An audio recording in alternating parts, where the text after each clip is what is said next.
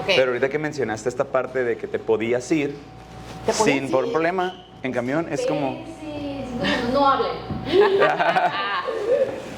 Sí, te podías ir, no hay pedo. O sea, me siento muy afortunada de haber vivido ese país. Sí. Dice, oye, me dice la morra, está en especial porque es el día del soltero. Eres yo. Wow. Le dije, ¿Existe el día del soltero? Existe el 11 de noviembre, 11-11. Ok. O sea, forever alone. Ya. Entonces, yo soy soltera, me debo algo, ¿no? Y yo sé que se va a ver las estrellas, pero no sabía que era tan arriesgada. Es hippie, duro. Wow. Se arriesga mucho. Bueno, a mí que me diga, me quedé dormida en la salada. Ensalar, qué bárbaro. Qué impresión. Bueno, Listo. Continuamos, seguimos. Ok. eso fue, pero olía tan fuerte mi Claro. mi olor Ajá, tu olor. y el sudor de mis hermanos. Y luego teníamos el pedo así de que, güey, voy a echar un pedo egipcio. O sea, como que era así de Y que... ahorita mi limitante para viajar es que yo he viajado toda mi vida sola. Toda mi puta vida sola. Y decidí que ya no quiero viajar sola. Órale. O sea, quiero tener con quién comentar lo que estoy viendo. Ya, ¿Cómo serán las camas? O sea, las camas son bien gigantes de ellos, pero que duermen O todos en una tendrán dos cama. recámaras O son y se como varias turnan. recámaras. Es que, no sé, eso sí no sé. Los Pero- arreglos del poliamor, ¿no? Sí. Existe porque para tener una verdad absoluta tendríamos que ir hacia el tiempo, o sea, ir hacia atrás y mirarlo. Entonces la historia lo que trata es de recoger el pasado, irlo entendiendo para poder entender el presente. Pues, Ok. o sea, es como un instrumento de poder. Y en México la historia no se ha fomentado porque el Partido Revolucionario Institucional no quiso, porque era la manera de otorgarle poder al ciudadano. En otros países la historia es súper poderosa. Ok. Y ahorita sí. Oh, Ok. pero antes tenemos que hacer un salud. Bienvenida. Ah. Muchas gracias Muchas por tu gracias, tiempo.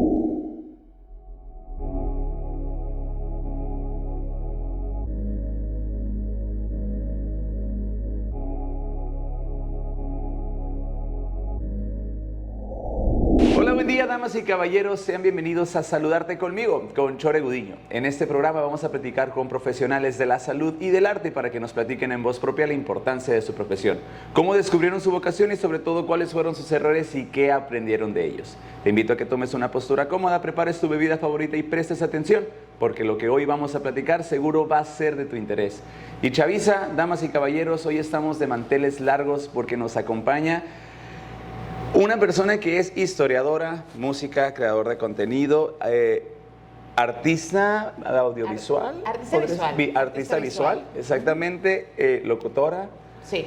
¿Qué más? Podcastera, Podcastera, de también. todo. Está con nosotros la increíble Karina Villalobos. Bienvenida, un placer saludarte.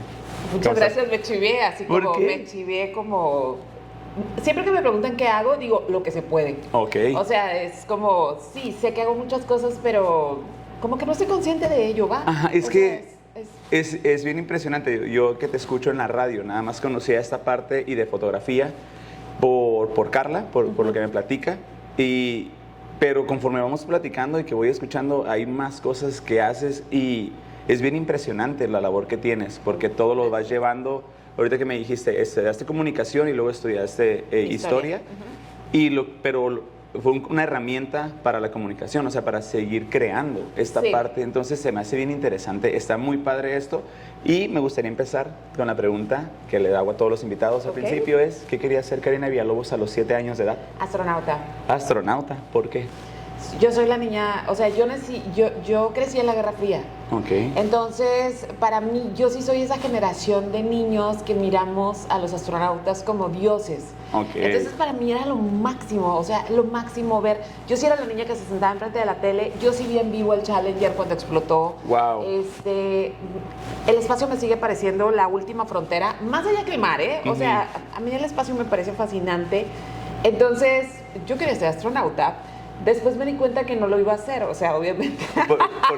¿Cómo fue eso que te diste cuenta de que no va a pasar? De que era algo que no era como muy probable en México, como que no había los medios como para que yo me encaminara para allá porque no fue algo que se me ocurrió nomás de niña, sino que seguí con la idea por muchos Ok, años. ya. Entonces tenía que ser, en aquellos momentos, las personas que se enviaban al espacio tenían que tener más como un perfil más de físico, matemático, Ya.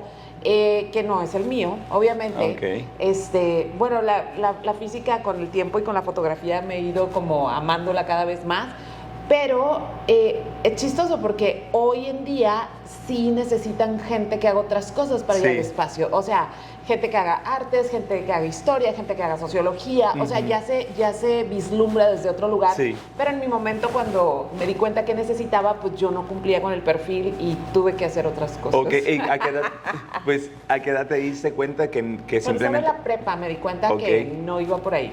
Ok, No pero iba antes por ahí. de estar en la prepa, ¿cuál era? ¿Tú nada más querías estar en el espacio o qué es lo que querías hacer en el espacio? ¿Nada más ver o...? Una de las cosas es que me parece, sí sabes que únicamente alrededor de 210 personas han visto el planeta Tierra desde el espacio. Sí, lo acabo de escuchar eso, pero por lo que pasó del submarino, entonces Ajá. empezaron a sacar muchos datos interesantes de eso. Son muy pocas personas, tomando en cuenta que en este momento somos 8,000 millones de humanos, más todos los que ha habido. O sea, son muy pocas personas y me parece un privilegio como muy impresionante, así, Sí. muy impresionante. Esa era la primera. Ok. La segunda es porque a mí la ciencia siempre me ha parecido lo más fascinante del mundo. Ok. O sea, la certeza. Yo no soy una persona que tenga fe.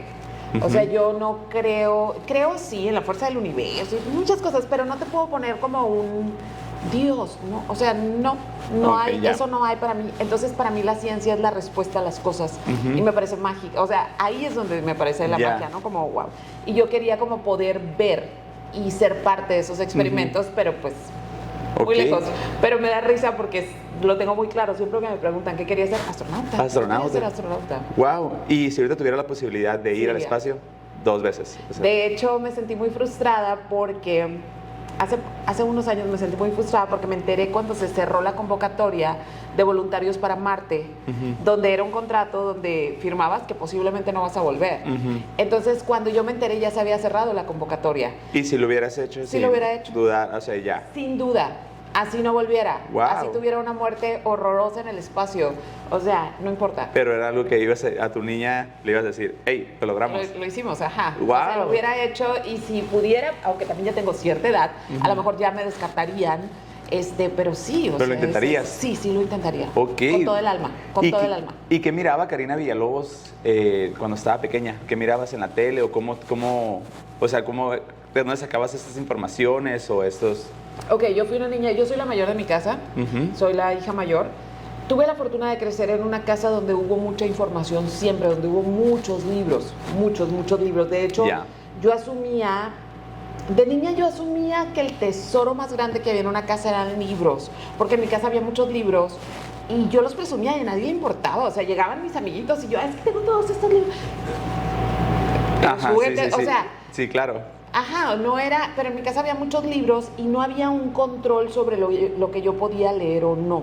Mis papás tuvieron mucha confianza de que la información iba a ser positiva para mí. Ok. Entonces me dejaban leer lo que yo quisiera y siempre fui muy solitaria porque no tengo muchos skills sociales. Ok. No parece, lo finjo muy bien. Sí, el personaje de... ok, Ajá, ok. y no es que lo finja así como que esté echando mentiras, simplemente mis interacciones sociales son muy fáciles y tienen un objetivo. Ok. Pero que yo salga y, hey, muchachos, o sea, no sé qué hacer. Entonces, como de niño, si tienes que tener esa facultad de como integrarte, pues para mí era muy complicado.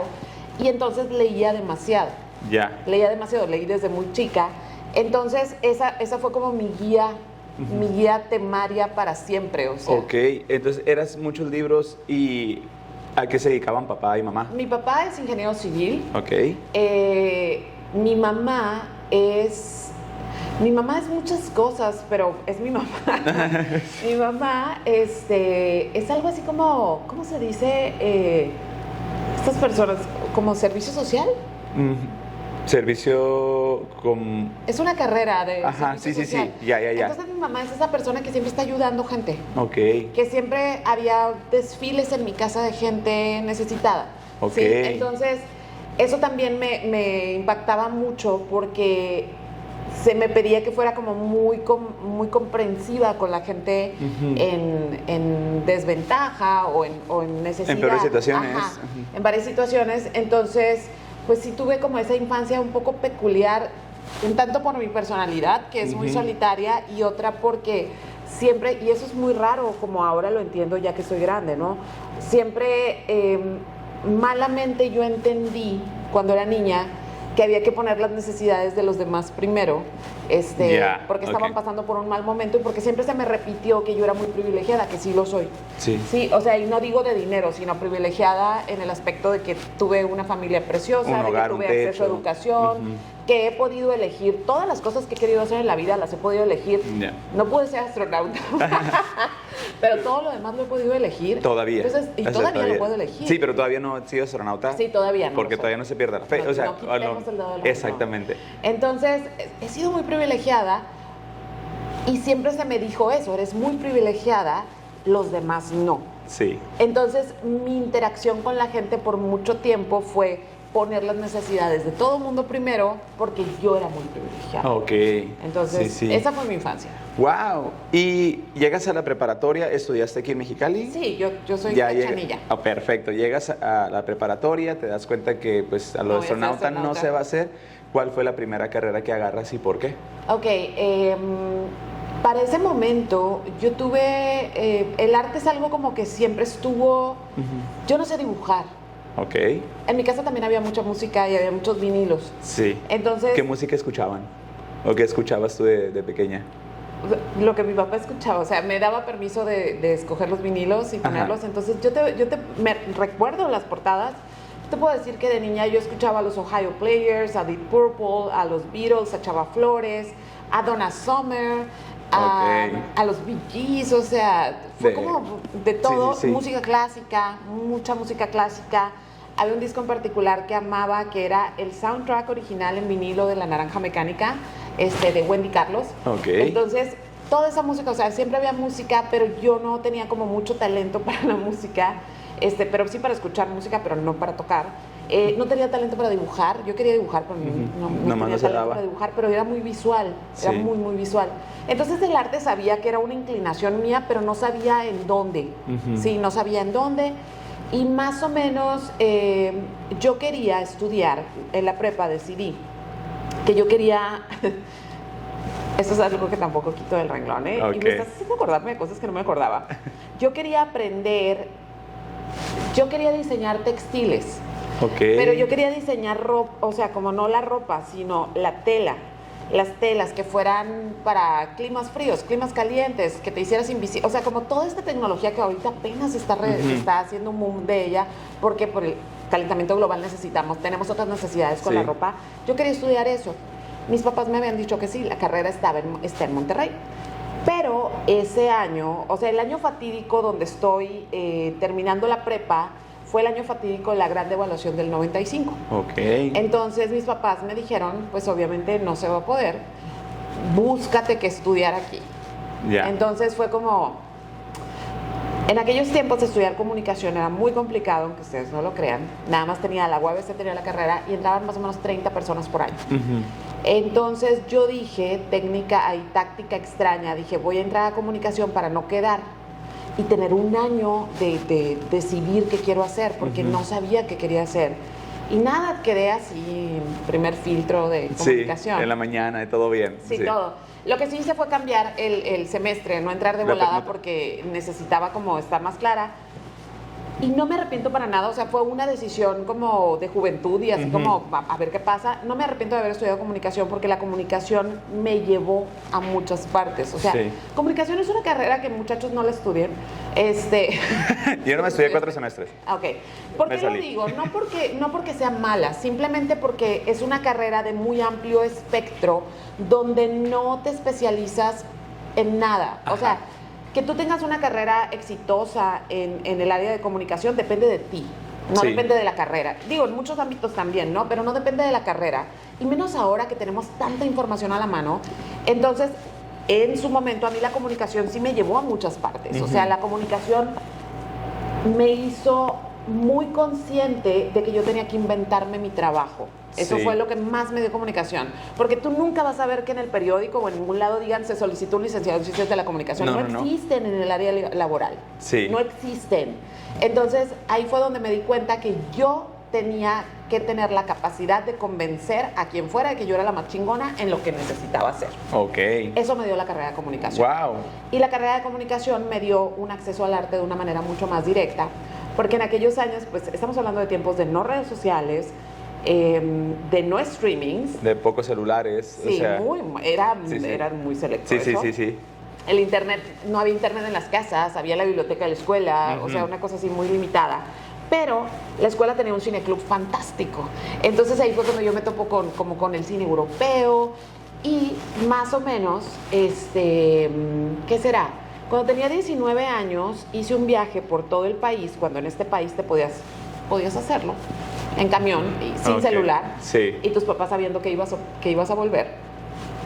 Sí. Porque yo me comunicaba con ellos cada 5 días, cada 4 días. Y de teléfono público, ¿no? Acá Y de en Oaxaca, papá. O sea, con toda la tranquilidad. Ahorita no puedes dejar que una mujer vaya al Oxxo en la noche, ¿no? Claro. Entonces, en la Ciudad de México fui al Museo de Arte Contemporáneo que tenía la Fundación Televisa y miré una exposición de fotografía muy impresionante. No por las fotos, sino por el significado de las cosas. Entonces dije, es esto es lo que yo quiero hacer. O sea, yo quiero decir lo que yo pienso por medio de un medio. Ok, ¿sí? O sea, sí, quiero sí. hacer arte contemporáneo. ¿Con qué se come en Mexicali? Nadie sabía. Pero esa fue como La mi premisa revelación. de lo que... Esa fue la manera en que me di cuenta que ya había encontrado hacia dónde me quería dirigir. ¿Qué Porque sentiste cuando viste esa exposición? O sea, ¿qué fue lo que te hizo sentir para que dijeras, aquí es? ¿Qué ha pasado? Es que es difícil decirlo, es difícil como explicarlo, porque me ha pasado varias veces en la vida con varias cosas. Pero eso que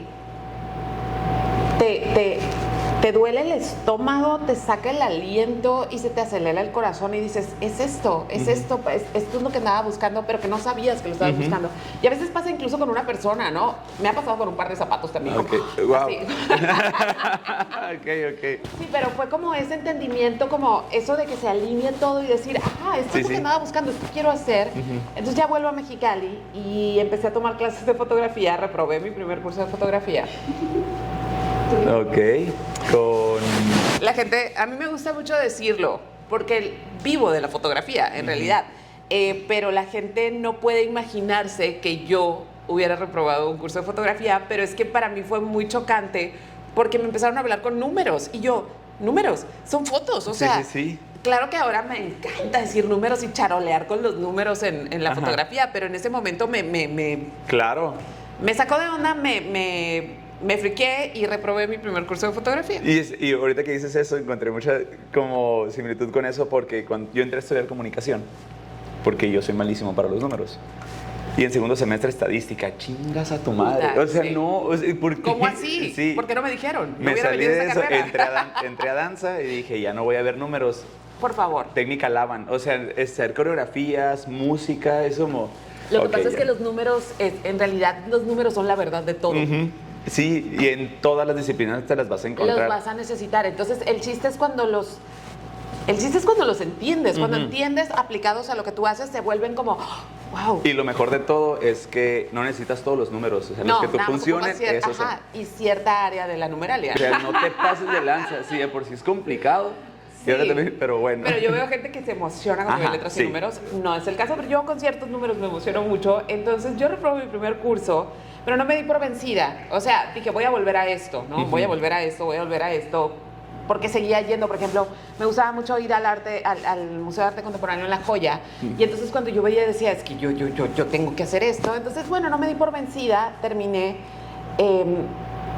entendiendo la cámara, amándola como... O sea, tengo más años de los que quisiera reconocer tomando fotos. Ok. Y mis alumnos, hasta la fecha, se sacan mucho de onda cuando me ven usar una cámara. O cuando me ven como que ellos no saben qué hacer y que sin tocar la cámara les digo, es esto, y esto, y esto, y esto, y esto. Y me dicen, no mames, ¿cómo sabes todo eso? Y les digo, malo sería que tu maestra no sepa hacer estas cosas. O sea, tengo demasiado tiempo manejando cámaras como para que una me asuste. Nada más me asusta cuando son muy caras. Ok. O sea, cuando son muy caras porque yo soy torpe. Sí. Soy torpe y puedo echar a perder cualquier cosa. Ya. Entonces, yo termino la carrera de comunicación y me hice grande muy pronto. ¿A qué me refiero con hacerme grande? A entrar al mercado laboral muy rápido. Yo no pensaba hacer radio nunca en la vida. Yo no me imaginaba como una voz de radio. Nada, para nada. Pero pasa que hago mi servicio social en EXA. Ok. 91.5 en aquel tiempo. Sí. Entonces estoy haciendo el servicio y ayudaba a una morra que se llamaba Carmen Palacios, que tenía un programa de lunes a viernes, y yo le ayudaba con los guiones. Ok. Eso, hasta ahí llegaba mi colaboración. Entonces Carmen, una vez que se le fue, ya sabes, el agua quién sabe por dónde, y yo estaba enfrente de ella y me dice, entra, porque no podía hablar. Y yo, ¿cómo? Entra, o sea, porque era la que podía hablar, ¿no? Sí, sí, sí. Entonces entré al aire y empecé a hablar porque me sabía el programa, y al día siguiente me busca el Nieblas y me dice, Karina, quiero tu voz en la radio. Ok. Yo no hago radio, le dije, entré por emergencia. No, es que eres una voz de radio, me dijo, necesito tu voz en la radio. Wow. Entonces en eso estaba entrando una estación que se llamaba Radical 90.7, que fue una estación muy padre, que duró 2 años, 1 año y medio, yo creo. No funcionó porque era demasiado moderna para el contexto en donde estaban, o sea, muy ambiciosa. En general para México, porque entró en varias ciudades y era demasiado novedosa. Entonces, eso fue 1999. Yo todavía estaba en la escuela, pero ya soy una voz en la radio y estoy todos los días en la radio. ¡Wow! Estoy todos los días en la radio y además empiezo a trabajar en el Instituto Electoral Estatal. Y de ahí fue como un conjunto de cosas que me llevaron a no decidir mi vida. Eso es algo que siempre le digo a la gente joven. No porque la oportunidad se vea muy buena quiere decir que la tienes que tomar. Entonces, como yo estaba muy morra y en eso me gradúo de la escuela y en eso me invitan a ser la directora de mercadotecnia del CETIS, entonces empecé a brincar de trabajos cada vez más pesados. Y más rimbombantes, o sea, con muy mucha rimbombantes, carga, o sea, estamos hablando de que era una morra que tenía 22, 23 años y ya tenía direcciones. Y por lo mismo, cuando entras en ese esquema de direcciones, no sé qué pasa, pero todos te quieren robar. O sea, tú estás en una empresa trabajando y no ha pasado 1 año cuando ya alguien te está diciendo, ¿sabes qué? Te están escauteando, que vente para acá. Sí, y sobre todo, ¿sabes qué? Cuando eres muy joven, no crean que son genios, ¿eh? Bueno, a lo mejor sí lo son, pero no se creen tan especiales. Lo que pasa es que la vitalidad y la fuerza y la pasión que le vas a poner a un trabajo cuando eres tan joven, obviamente a los empleadores les conviene. Sí. ¿Sí? Sí, o sea, que tengas toda la cajeta. O sea, sí, que traigas como el reto de que yo lo voy a lograr. Sí, después te exprimen y bye. Exactamente. No eres nadie. O sea, entonces yo así me pasé los primeros 5 años después de que terminé mi carrera. O sea, como hasta que un día dije, a ver, porque no hacía, en ese tiempo me casé muy joven, cosa que tampoco recomiendo. Wow, todo es hecho antes de los 30 ya hizo todo así. Sí. Pero todavía no ser astronauta. No, esa es la vida del pendiente. No me arrepiento de haberme casado, pero me casé muy joven. A eso voy, o sea, me casé muy joven y trabajaba mucho y obviamente el arte estaba ahí y lo hacía a escondidas, ¿eh? O sea, hacía mis cositas pero no las mostraba, me daban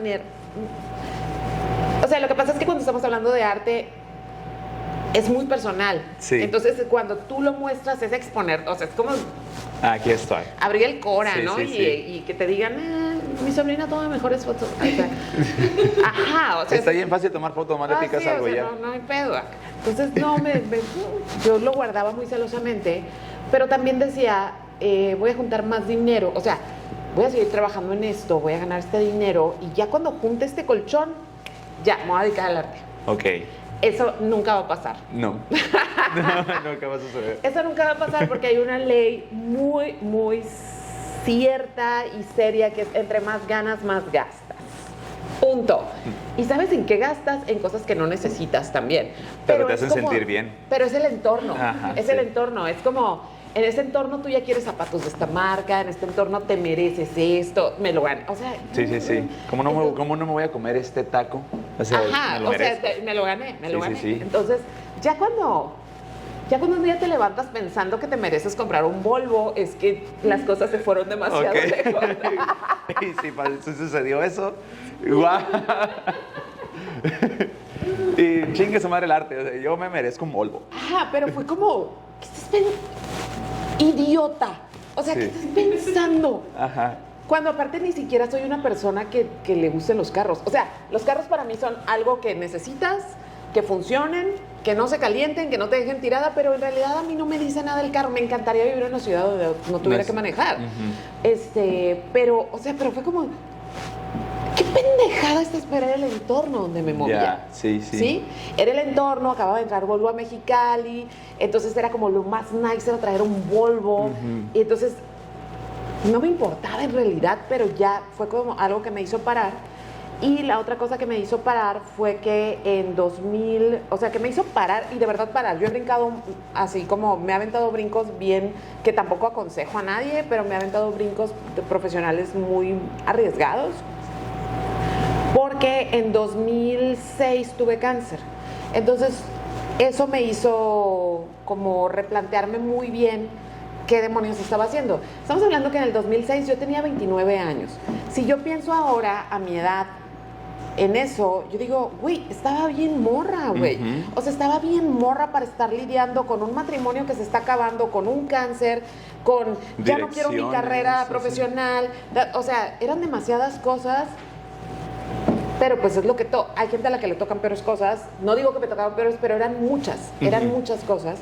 Entonces, cuando yo me enfermo, afortunadamente fue un cáncer que está en remisión desde hace mucho tiempo, pero pasó algo en esos días, cuando yo salgo de la operación, imagínate, tuve cáncer de tiroides. Entonces, me operan, tú entras al quirófano por una operación de cuello, y a las horas de que estoy de recuperación y todo esto, me empiezo a paralizar. A paralizar. Primero con calambres, pero luego, o sea, como mi cerebro anestesiado y en shock va a entender que... Ahí está. Va a entender que entré por una operación de cuello y ahora no me puedo mover. Entonces me acuerdo que dentro de todo el relajo que traía en el cerebro, yo le decía al doctor, ¿qué está pasando? Entonces ya me dijo, no te preocupes, te estás descalcificando, era una posibilidad, pero te vamos a calcificar. Ok. ¿Cuánto va a tardar eso? 2 días. Entonces, pero era una frustración, fue una cosa muy horrible porque resulta, uno aprende de cuando se enferma, aprende cosas, espero. El calcio, todos los músculos del cuerpo necesitan calcio, el calcio no únicamente está en los huesos, ¿no? Para funcionar ocupan calcio. Las paratiroides se encargan de distribuir ese calcio en el cuerpo y resulta que obviamente el cerebro es un músculo. Entonces cuando tú entras en un proceso de descalcificación, el cerebro no está trabajando lógicamente. La ansiedad, yo nunca había tocado niveles de ansiedad. Yo no puedo ni siquiera explicar ese nivel de ansiedad. Es un miedo aterrador cuando el cerebro está en ese lugar. Si yo hubiera podido moverme, yo me hubiera matado. Porque la ansiedad y el miedo eran tan profundos y el doctor me decía, va a pasar, pero no se va. Pasando, o sea, pero no se está pasando en el momento, es una cosa muy horrible, ¿no? Entonces ya me empiezo a calcificar con los días, pero dejé de caminar. O sea, perdí la capacidad de caminar, no porque la perdiera. Yo no sabía que el cuerpo cuando, por ejemplo, dejé de caminar porque estaba paralizada, pero luego no podía caminar aunque ya se pudieras mover. Yo no sabía que el cuerpo... ¿Por qué le pasa eso al cuerpo? No te podría decir, pero... Ajá, o sea, hace cuenta que era como Bambi. Sí. O sea, tuve que aprender a caminar. No me costó muchos días, pero tuve que aprender a caminar otra vez. Sí. Pero cuando yo no me podía mover, mi cerebro estaba... Che, morra pendeja, güey.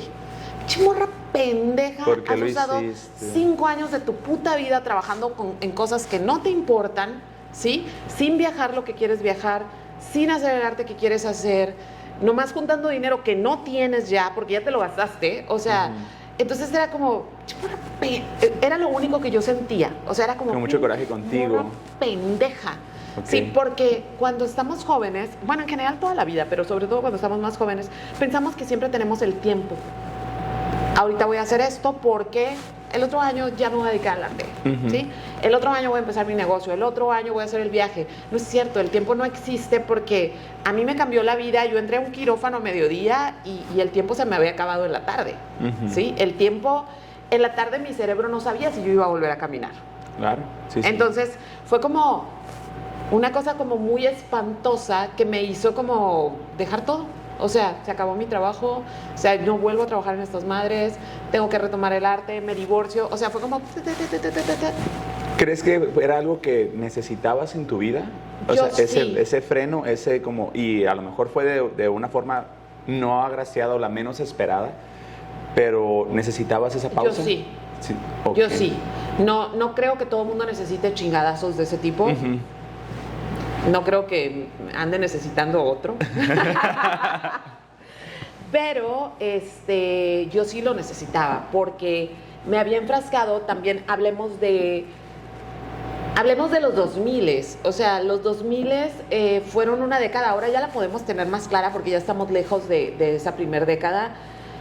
Fue una década donde el éxito únicamente se relacionaba con estar produciendo y haciendo dinero, ¿sí? O sea, incrementando los ceros en la cuenta. Ese era el éxito. Ese era el éxito y era la única manera de tener una validación social. Y que te estén mirando, ¿no? Que te estén mirando haciendo cosas, pero que te miren en el espectacular, que te miren en la televisión, que te miren en los 2000 era muy bien visto que tú no durmieras, que tú te fueras del trabajo a medianoche. O sea, era como, sí, claro, se puso la camiseta, pura pendejada, pues. Claro, sí. Entonces, yo estaba en ese track. ¿Por qué? Porque no tuve chance de elegirlo, porque se me presentaban oportunidades muy buenas y como significaban dinero, pues las tomé. Entonces, de repente fue como, estaba tan adentro de ese mundo que yo sí ocupaba un chingadazo.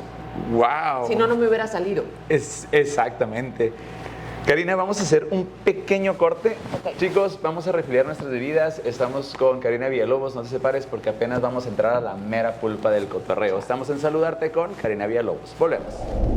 Y estamos de regreso aquí en Saludarte. Nos acompaña la increíble Karina Villalobos. Y Karina, nos estabas platicando que necesitabas ese chingadazo para bajarle un poquito. Yo sí. Aquí, ¿cómo empiezan o cómo te diste cuenta que algo no estaba bien en tu cuerpo? Porque, y es una pregunta a lo mejor muy personal, pero ¿cómo funciona? ¿Qué pasó? Esta parte, que dijeras, tengo que ir al médico para tratarme esto. ¿Qué pasó? Fue un periodo de tiempo muy particular donde tuve bronquitis. Tuve bronquitis. Entonces fueron varias cosas y no me terminaba de curar. O sea, no me terminaba de curar y pasó que se me cerraba como la tráquea y varias veces tuvieron que abrirme como con cortisona las vías respiratorias. Fue un periodo. Estaba enferma y los ganglios no se me desinflamaban, cualquier cosa, o sea, me daba aire y me volví a enfermar. O sea, estaba como muy delicada en ese tiempo. Y una noche me pasó que yo escuchaba el hilito de otra vez se me estaba cerrando aquí, ¿no? Entonces dije, no voy a dormir porque si me duermo voy a dejar de respirar y no quiero cortisona. O sea, era como, vivía con el que era mi esposo en ese momento. Entonces me acuerdo que me fui a la sala, me puse a ver una película y lo que sea, y estaba sentada, ¿no? O sea, sentada un poco. Estaba esperando que fuera de día para decidir qué hacer. Y en mi desesperación me empecé como a sobar, o sea, como, ¡ay, no mames, otra vez! Y aquí, justo aquí, yo sentí una bola. Y como he leído muchas cosas en la vida, empecé, no me duele. Y cuando, o sea, a ver, y me la apretaba y decía, no me duele. Si no me duele, no es bueno. Si no me duele, no es bueno. O sea, fue como, y entonces ya me empecé a desesperar porque tardaba mucho en amanecer. Sí. Y yo ya quería ir a que me checaran, ¿no?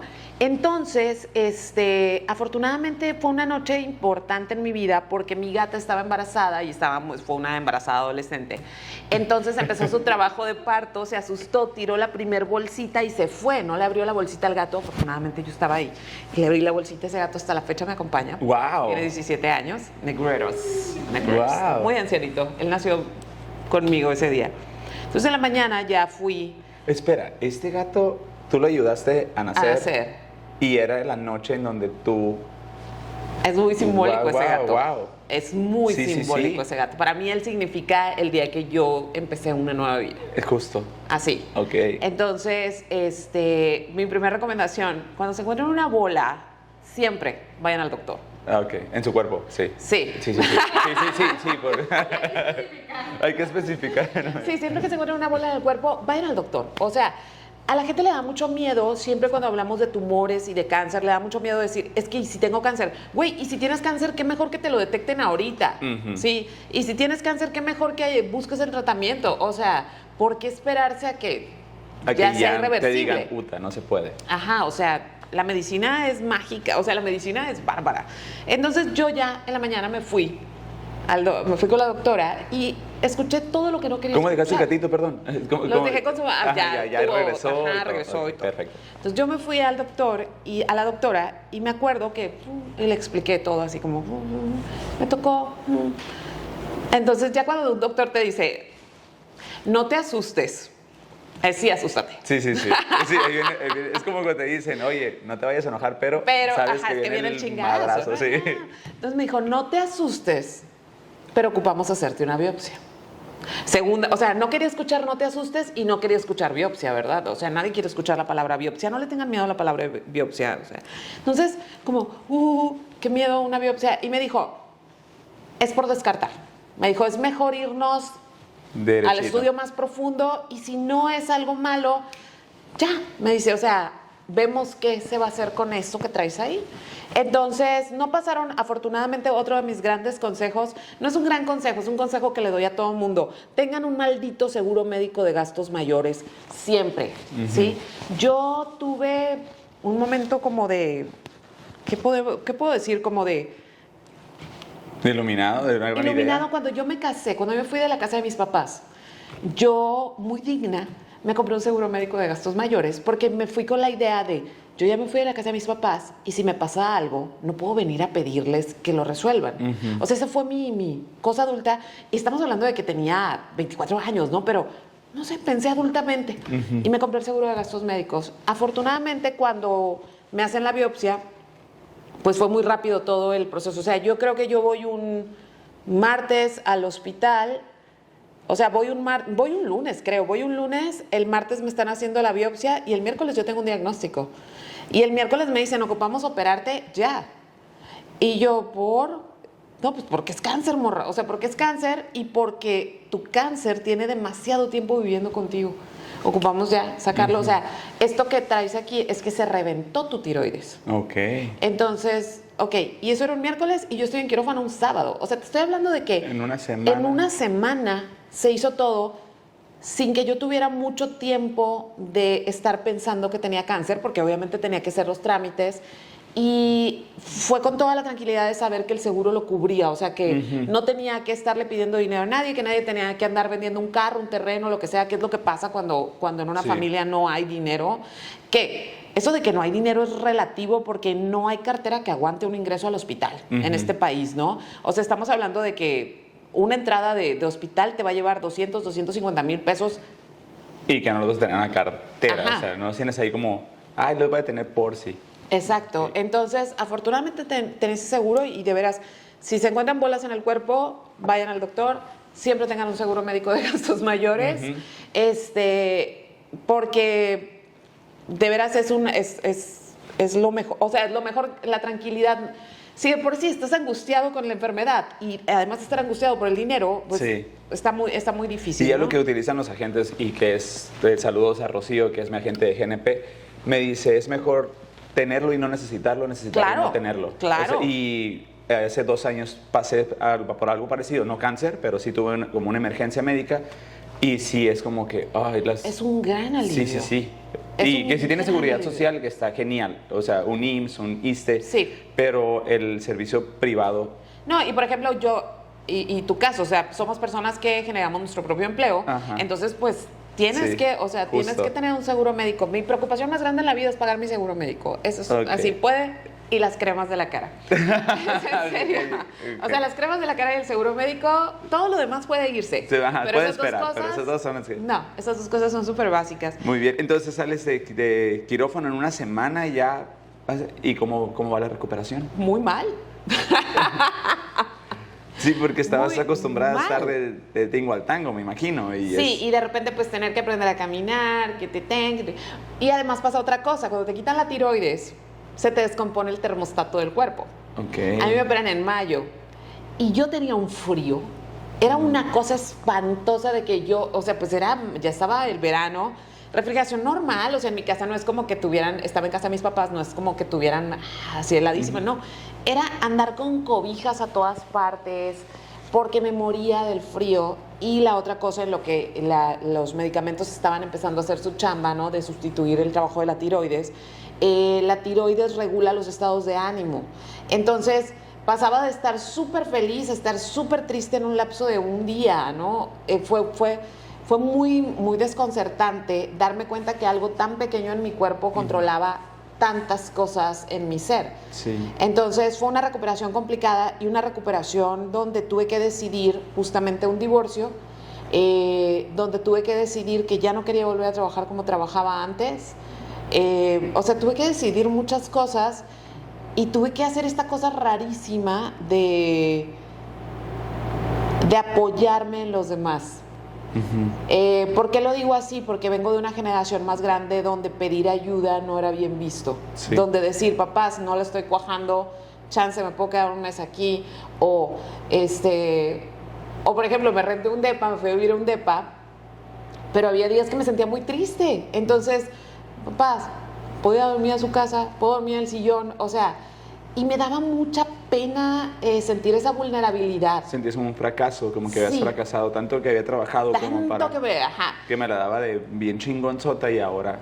Ajá, entonces fue un proceso muy complicado porque también estaba segura que había cosas a las que no quería volver, pero no tenía claro qué quería hacer. Uh-huh. No tenía claro, afortunadamente mis papás fueron como, Cari, o sea, lo que necesites, o sea, ¿qué necesitas? ¿Qué necesitas? No, pues tiempo nada más, o sea, nada más no me presionen para decidir algo, ¿no? Sí. Y pues estaba muy joven también, y ahí fue ese año, fue en el 2006, cuando dije, soy artista. O sea, Karina, acuérdate que eres artista. Acuérdate que todo el desmadre que estabas haciendo era para poder tener dinero para hacer tus cosas. Uh-huh. Entonces me tomo muy en serio, y me tomé en serio, y me tomé en serio porque a partir de ahí como que empecé, ya había tenido una beca del PECDA, ya había hecho, del 2001 al 2005, hice muchas portadas de discos, muchas... para disqueras en Inglaterra, para disqueras aquí en México, para disqueras en Los Ángeles. Me movía mucho, como mi ex esposo es productor de música electrónica, uh-huh. pues me movía mucho en ese mundo y salieron oportunidades muy lindas. Entonces mi trabajo sí era visible, uh-huh. o sea, sí era visible, pero no en solitario. O sea, como que trabajaba sí. en muchos proyectos, llegué a estar en revistas que admiro, llegué a ganar premios de mejores portadas, pero pues siempre era de la mano de alguien. Sí, entonces dije, pero ahí estás, sola Cari. eso no. Ahí estás, Cari. O sea, la gente sabe que lo haces, órale, brinca, ¿no? Entonces de ahí me empiezo a tomar muy en serio y hice la cosa más rara, que a mí me pareció muy rara, empecé a dar clases. Yo estaba pasando, 2006 fue esto, 2006 a 2008 fueron los 2 años que le tomó a mi cuerpo Readaptarse, reaprender. Sí. Ok. Fueron esos 2 años. En esos 2 años aprendí a nadar, porque una de las cosas por las que me sentía muy pendeja cuando no podía caminar era, y nunca aprendiste a nadar, pendeja. O sea, estabas bien enojada contigo. Estaba muy enojada, muy enojada. Entonces, en cuanto me quitaron los puntos, fui a aprender a nadar, aprendí a nadar en 3 días. Okay. Entonces, esos 2 años nadaba mucho, o sea, era como mi meditación. Sí. Nadar. Entonces, me invitaron a dar clases. Me invitaron a dar clases a la UVM. Ok. Una clase de literatura, Karina, tú, sí, claro. Y como no estaba en un proceso de recuperación, había recibido mi última terapia. Ya habían pasado 2 años, pero se ocupó como un ajuste, me tuvieron que dar medicina nuclear. Entonces estaba... ¿Cómo medicina nuclear, perdón? Pues no es quimio, es yodo radioactivo tomado por la boca. Ok. Es que sí es muy surreal. Ajá. O sea, es muy surreal, te voy a decir por qué. Es para matar todos los posibles, o sea, cierto tipo de cáncer, ¿no? Uh-huh. Es el yodo radioactivo. Cuando tú llegas a la clínica, Marie Curie, por supuesto, cuando llegas a la clínica, todo el mundo trae trajes de astronautas y tú no. Y tú te vas a tomar esa madre, güey. ¿A qué sabe? No se ve nada. Pero la sacan de una cápsula de... Me imagino como Monster Inc. cuando llegan todos que tiene el calcetín. La sacan de una cápsula de plomo. Ok. O sea, la abren, la sacan de una... Y dice Biohazard. Ajá. Y es una pastilla, ¿no? Y es roja y te la van a dar en la boca con unas pinzas. Ok. Y entonces antes... Y un chorro de hielo seco así sale, imagina. Es la cosa más surreal del mundo. Entonces te dicen... ¿Traías tu cámara? No la traía. Pero te dicen antes de dártela Karina, los próximos 10 días no puedes acercarte a mujeres embarazadas, no puedes acercarte a niños, nadie puede estar a menos de 1,5 metros de ti, nadie te puede abrazar porque estás contaminada. Ok. Y algo va a mutar en tu cuerpo. La cara que fue. Y yo buscando si traigo otro brazo ahorita. Algo va a mutar. Sí. ¿Qué va a hacer? No sabemos. Porque es nuclear. Ok. Entonces, miedo 1000. O sea, miedo porque es como, esta pastilla es lo que necesita mi cuerpo, es lo que necesita o sea, en este momento mi cuerpo para defenderse. Pero ¿qué tal si me siento mal los próximos días y nadie me puede abrazar? Uh-huh. ¿Sí? O sea, estás muy endeble. Entonces pasé 2 semanas encerrada en un cuarto de mis papás, en un baño que nadie podía usar más que yo, comiendo en charolas que nada más podía usar yo. O sea, todo era biohazard. No podía contaminar a nadie. No había redes sociales, o sea, había internet ya en Había MySpace. O sea, me refiero a que sí, me imagino que tenías cientos de libros. Y libros, pero tenía un teléfono línea de tierra, o sea, y todo el mundo me hablaba por teléfono. Sí. O sea, antigua. Wow. Y me imagino que leíste todavía más. Más. Y justo cuando yo estoy saliendo de ese trance de encierro, y en ese encierro hice una pieza, es una pieza que has visto, la pieza de mis papás. Okay. Estaba muy vulnerable, pero no estaba mal, o sea, no estaba triste ni nada. Sí. Pero me sentía muy, o sea, es muy difícil de repente, ¿cómo lo puedo explicar? Porque en determinado momento a todos nos va a pasar, ¿no? Pero es muy difícil de repente que todo tu sustento dependa de la gente que te ama. Uh-huh. Es muy difícil que no te puedas mover, es muy difícil no poder salir a trabajar, es muy difícil que te tengan que traer la comida a la puerta. O sea, todas esas cosas me hacían sentir muy inválida, vaya, uh-huh. ¿Sí? O sea, como y mis hermanas, tengo 2 hermanas que adoro, son más chicas que yo. Ellas dormían en otra recámara. Uh-huh. Yo me quedé ahí justamente porque había un baño en la casa que yo tenía, todavía no me estaba me quedé ahí porque el baño lo podía usar y había otros baños en la casa que podían uh-huh. usar ellos, ¿no? Entonces ahí queda, ¿no? Mis hermanas, en cuanto yo me movía, mis hermanas estaban en la puerta. Karina, ¿qué necesitas? O sea, era como...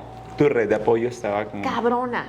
Sincronizada. Y nunca los vi llorar, nunca vi a nadie triste, o sea, todos estaban como... Uh-huh. Todo bien. Ya después me dijeron que no estaban bien, pero que, pues, o sea, entonces sentir eso a mí me hacía sentir como muy endeble. O sea, no en el mal sentido, simplemente era como, qué loco que no puedo decidir absolutamente nada en este uh-huh. trance, y en eso me hablan a dar clases. Y lo acepté como por... Chingueso.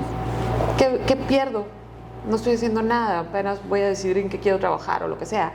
Y entonces me encuentro con la novedad de que amo dar clases. O sea, fue una revelación para mí que yo era maestra. O sea, fue como, me gusta dar clases, me encanta dar clases. O sea, ¿qué pedo? Hice varias piezas mientras estaba encerrada. Y nada más no sé, ahorita me acordé. Tengo 2 piezas. Es una pieza en conjunto donde fotografié a mis papás en esos días en el patio, donde nada más se ven de aquí esta parte. Mucha gente me dice, ¿por qué le cortaste la cabeza a tus papás? ¿No? Porque es una pieza que yo amo y está en mi casa y siempre me cuida. Es una pieza que me cuida. Okay. Entonces yo los fotografié de aquí porque ese tiempo yo me sentía tan vulnerable que yo recordaba cuando eres niño y que te llevan a algún lado, en una fiesta, una reunión familiar, y que te quedas dormido y que ya de noche tus papás te cargan. Uh-huh. Y la seguridad que se siente cuando eres niño, que tu papá te tenga en el cuello.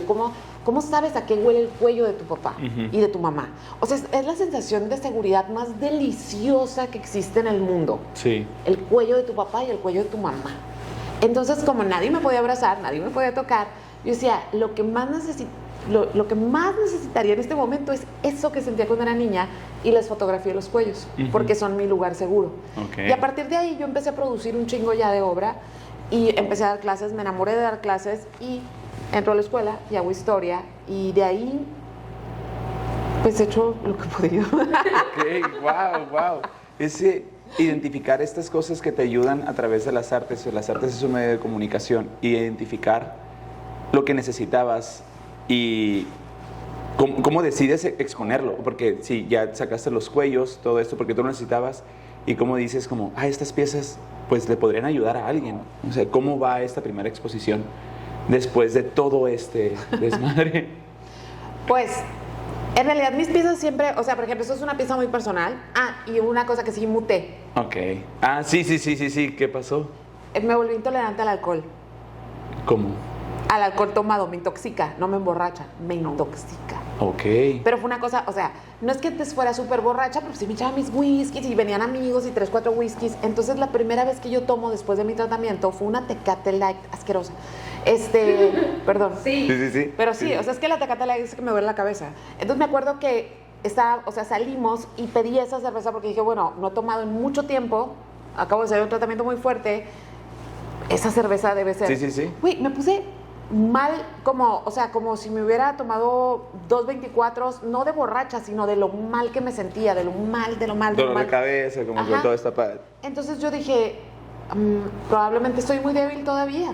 Sí, probablemente estoy muy débil todavía. Entonces dejé pasar como una semana y escojo otra cerveza y vuelve a pasar lo mismo. Entonces, a partir de ahí, yo estaba hablando con mi endocrinólogo y me dijo, fue el alcohol. Me dijo, tu cuerpo mutó y no se lleva bien con el alcohol ahorita. Y le dije, yo nunca más se va a volver a llevar bien. Me dijo, no es eso, Karina. O sea, sí se va a volver a llevar bien, pero ahorita... Va a pasar tiempo. Ajá, va a pasar tiempo. Entonces, por mucho tiempo, hasta la fecha, yo no puedo pasarme 3 tragos de algo. Ok. O sea, me puedo tomar 3 mezcales, 3 cervezas. Si son más comerciales, no artesanales, me puedo tomar 4, ¿sí? Pero cuando yo me paso, no me emborracho, me intoxico. O sea, es una... Te sientes mal. Y tengo que vomitar y ni siquiera estoy borracha, porque es como si todavía estuviera, o sea, Ajá. Pues sí, pero no, o sea, qué feo tomar y sentirte mal y no estar borracho. Entonces, eso fue lo que mutó. Entonces, regresando a mi trabajo visual, o sea, empecé como a concentrarme muchísimo en mi trabajo visual y en 2010, en 2010, terremoto. Estaba dando clases, ya para entonces, o sea, me gustó mucho dar clases y decidí volver a la escuela, estudiar historia y que como mi centro generador fuera mi trabajo visual y que todo lo demás fueran accesorios. Porque antes estaba mal encaminada, era como, hago todo esto y lo que me quede de tiempo va a ser para mi trabajo visual. Entonces, a partir del 2000, más o menos 2008, fue cuando yo decidí, no, el centro es mi trabajo visual y todo lo demás gira para sostener a esto. ¿Sí? Todo lo que tenga que hacer es para sostener a esta, a mí. Entonces, estoy dando clases, estoy yendo de aquí para allá y 2010, en el terremoto, la UVM prácticamente quedó destruida y nos mandaron a nuestras casas como 3 semanas en lo que habilitaban otro lugar, que fue después la antigua Sony, ahí estuvimos un tiempo. Entonces, en esos 3 meses, en esas 3 semanas, yo me puse a escribir proyectos para pedir becas muy serias, becas nacionales. Sí. Y dije, una va a caer, o sea, una de estas va a caer y necesito, más que el dinero, lo que necesitaba era la proyección de la beca. O sea, necesito meterme aquí, necesito meterme allá. Como que tuve tiempo de pensar y me las dieron todas. Y me estaba volviendo loca porque era demasiado trabajo y ese año yo hago dos proyectos que fueron muy importantes en mi carrera, son muy importantes en mi carrera. Uno se llama Mexicanos el Grito de Guerra y el otro se llama La Era del Capital. Y son 2 proyectos visualmente poderosos, no porque sean míos, sino porque así están planeados para ser. Y fueron 2 proyectos que se han expuesto y se siguen exponiendo y se siguen comentando y Mexicanos el Grito de Guerra sigue generando una cosa muy fea. Mexicanos el Grito de Guerra es un conjunto de retratos de personas en sus casas.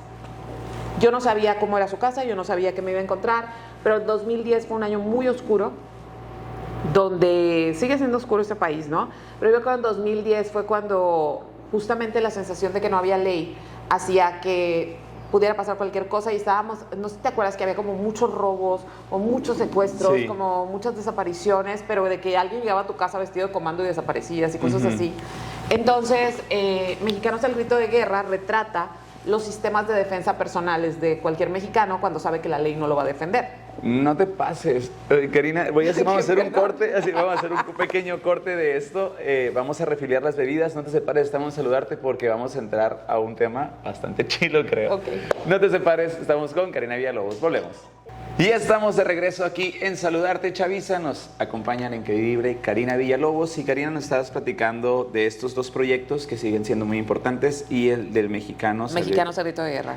¿Me puedes platicar un poquito, nos puedes platicar un poquito de eso, que era la primera línea de defensa en casa? Sí. Lo que pasa es que descubrí o sea, entre todo el clima que teníamos y demás, de repente descubrí en pláticas comunes no, es que duermo con un bat, es que duermo con un picayelo, es que pusimos una segunda alarma, es que ya tenemos más cámaras. Y era como esta sensación de hacer todo lo posible por evitar la tragedia, cuando todos también en este país sabemos que si alguien ya decidió que te va a hacer algo, no hay nada que te salga. O sea, a ver, con tu bat te vas a defender de un comando. O sea, pero es esta sensación de hacer algo para sentirme seguro, ¿no? Entonces, de eso se me ocurrió el proyecto y dije, porque por desgracia estamos viviendo un clima social tan triste, tan degradante, que lo que más teme un mexicano es que se le atraviese otro mexicano. Sí. O sea, ni siquiera debemos pensar en gringos, nosotros no. Entonces, usé gente que conocía y gente que no conocía. O sea, gente que de repente me encontraba en algún lugar y que los escuchaba platicar de eso. No, es que compramos esto y, disculpe, fíjese que estoy haciendo este proyecto. ¿Puedo ir a fotografiarlo a su casa? Entonces, era un reto para mí porque cuando yo llegaba al espacio, yo no conocía el espacio. Y yo llegaba a la hora que ellos me decían que me podían recibir. Tampoco había este control creativo de a la hora que esté la luz más bonito. No. Era llegar en punk, ¿no? Entonces, ya estando en el lugar como, ok, ¿qué voy a hacer? ¿Dónde se van a acomodar? Sí. ¿Dónde está? ¿Qué es lo que usas? No, pues que tengo una escopeta. Órale, saca la escopeta, ¿no? Y así, ¿no? Entonces, fueron 20 fotografías. Esas las presenté. No hice una exposición per se, sino que las presenté en una conferencia en el Museo de la UABC. Y a ese proyecto le fue muy mal. O sea, muy mal. Yo no estaba lista para lo que iba a pasar con el proyecto. Pero tenía que ver con que le fue muy mal, no en el sentido, le fue muy bien, artísticamente le fue muy bien, le fue muy mal en el sentido de lo que generó. Ok. Ya estamos hablando, ya hay redes sociales, ya hay todo, ¿no? Entonces, cuando yo hago público el proyecto, lo primero que recibí fue como muchos comentarios de que no era cierto, que en México no estábamos así. Que yo estaba exagerando la violencia en México, que los malos eran los narcos, o sea, que no es cierto. O sea, era como sentía como una acusación directa de deja de hacerla de pedo, güey. ¿Sí? Entonces, ese proyecto sí lo toman revistas importantes, Cuarto Oscuro, o sea, sí lo tomaron como muchos curadores y museógrafos, y cada vez que se publicaba era un hate que yo no estaba, que ni siquiera entendía por qué era. Sí. No lo entendía, pero era... Toqué algo que dolía, porque era muy fácil hablar de los narcos, era muy fácil hablar del gobierno, era muy fácil, pero no era fácil decir... Soy parte de esto, o sea, yo también hago eso, o sea, yo también duermo con un bat. Sí. Y eso, oye, sí sabemos, pero no lo digas, o sea, mejor vamos a demeritar eso. ¿Por qué? Porque los mexicanos somos felices, ¿no? O sea, entonces fue una cosa rara de que yo dije, ok, este proyecto yo no lo voy a mover. O sea, este proyecto que lo tome quien lo tenga que tomar, que se exponga donde se tenga que exponer, pero yo no lo voy a gestionar. Así ha vivido ese proyecto hasta la fecha. Okay. O sea, ese proyecto ya tiene 12 años y son 12 años que hasta la fecha, por ejemplo, el año pasado lo publicaron en Obras de Arte Comentadas. O sea, es un proyecto que cada cierto tiempo y siempre alguien dice algo horrible. Incluso alguien llegó a decir, yo conozco a la morra, lo que le hace falta es una buena acogida. A ese nivel. Porque claro, en este mundo todo se soluciona con una buena acogida, ¿no? Sí, claro. Porque cualquier morra infeliz tiene que es porque no está bien cogida. Es porque no está bien cogida. Entonces, ese es un proyecto que quiero mucho y al mismo tiempo estaba desarrollando con la beca del FONCA de jóvenes creadores a nivel nacional el proyecto que se llama La Era del Capital. La Era del Capital me gusta mucho La Era del Capital y me siento muy feliz de un proyecto que hice hace 12 años y que hasta la fecha lo sigo amando. Porque regularmente pasan los años y uno dice, mejor no voy a sacar esa primera pieza. Ajá. Y por ejemplo, a mí me gusta mucho Mexicano Cerdito de Guerra pero no como la era del capital. O sea, la era del capital para mí es como ¿En qué algo que consiste amo. la Ok. La era del capital tiene que ver con 2008, del 2008 al 2010, en la frontera nos tocó ver una crisis muy seria, que fue la crisis que empezó con la burbuja inmobiliaria. Bueno, empezó primero con el petróleo, con la gasolina, después la burbuja inmobiliaria. Y no sé si recuerdas que entre 2008 y 2010 tú veías todo el corredor industrial vacío, sí, vacío, vacío, vacío, y de esa crisis el Valle Imperial no se recuperó nunca. Sí, el Valle Imperial sigue siendo pueblo fantasma. Entonces me acuerdo que yo andando así, manejando, porque me gusta mucho manejar. Por ejemplo, el Valle ya no tanto porque se ha puesto un poco complicado, pero me gusta mucho manejar el Valle de Mexicali y el Valle Imperial, haciendo nada, o sea, que si veo unos cocos, coquitos, o sea, cositas así. Yeah. Entonces, me acuerdo que yo andaba, no sé, creo que andaba en Broly, algo así, andaba ahí, camino vecinal. Entonces me encuentro con estos edificios, graneros vacíos, y yo decía, qué loco.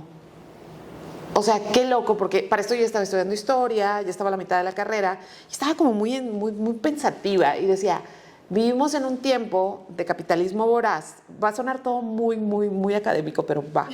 De capitalismo voraz, donde creíamos que el capital se regula a sí mismo, pero no es cierto, el capital se come a sí mismo. Entonces decía, qué loco que vivimos también como en una sociedad que se mueve tan rápido, que todos estos vestigios no van a quedar como memoria de cuando el capital se chingó a sí mismo.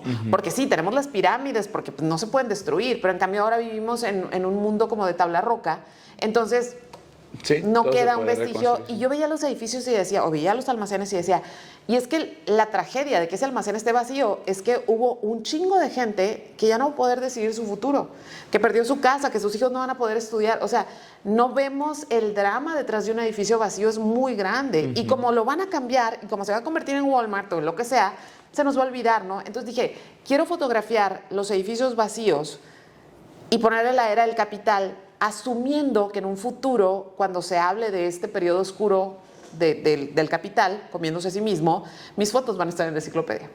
Okay. Esa fue mi payasada, o sea, mi payasada de, sí lo resolví.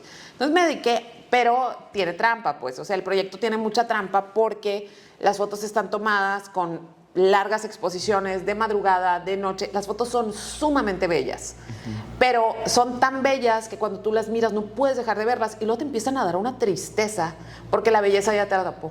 Y cuando te atrapa, después te empiezas a dar cuenta del vacío. Entonces,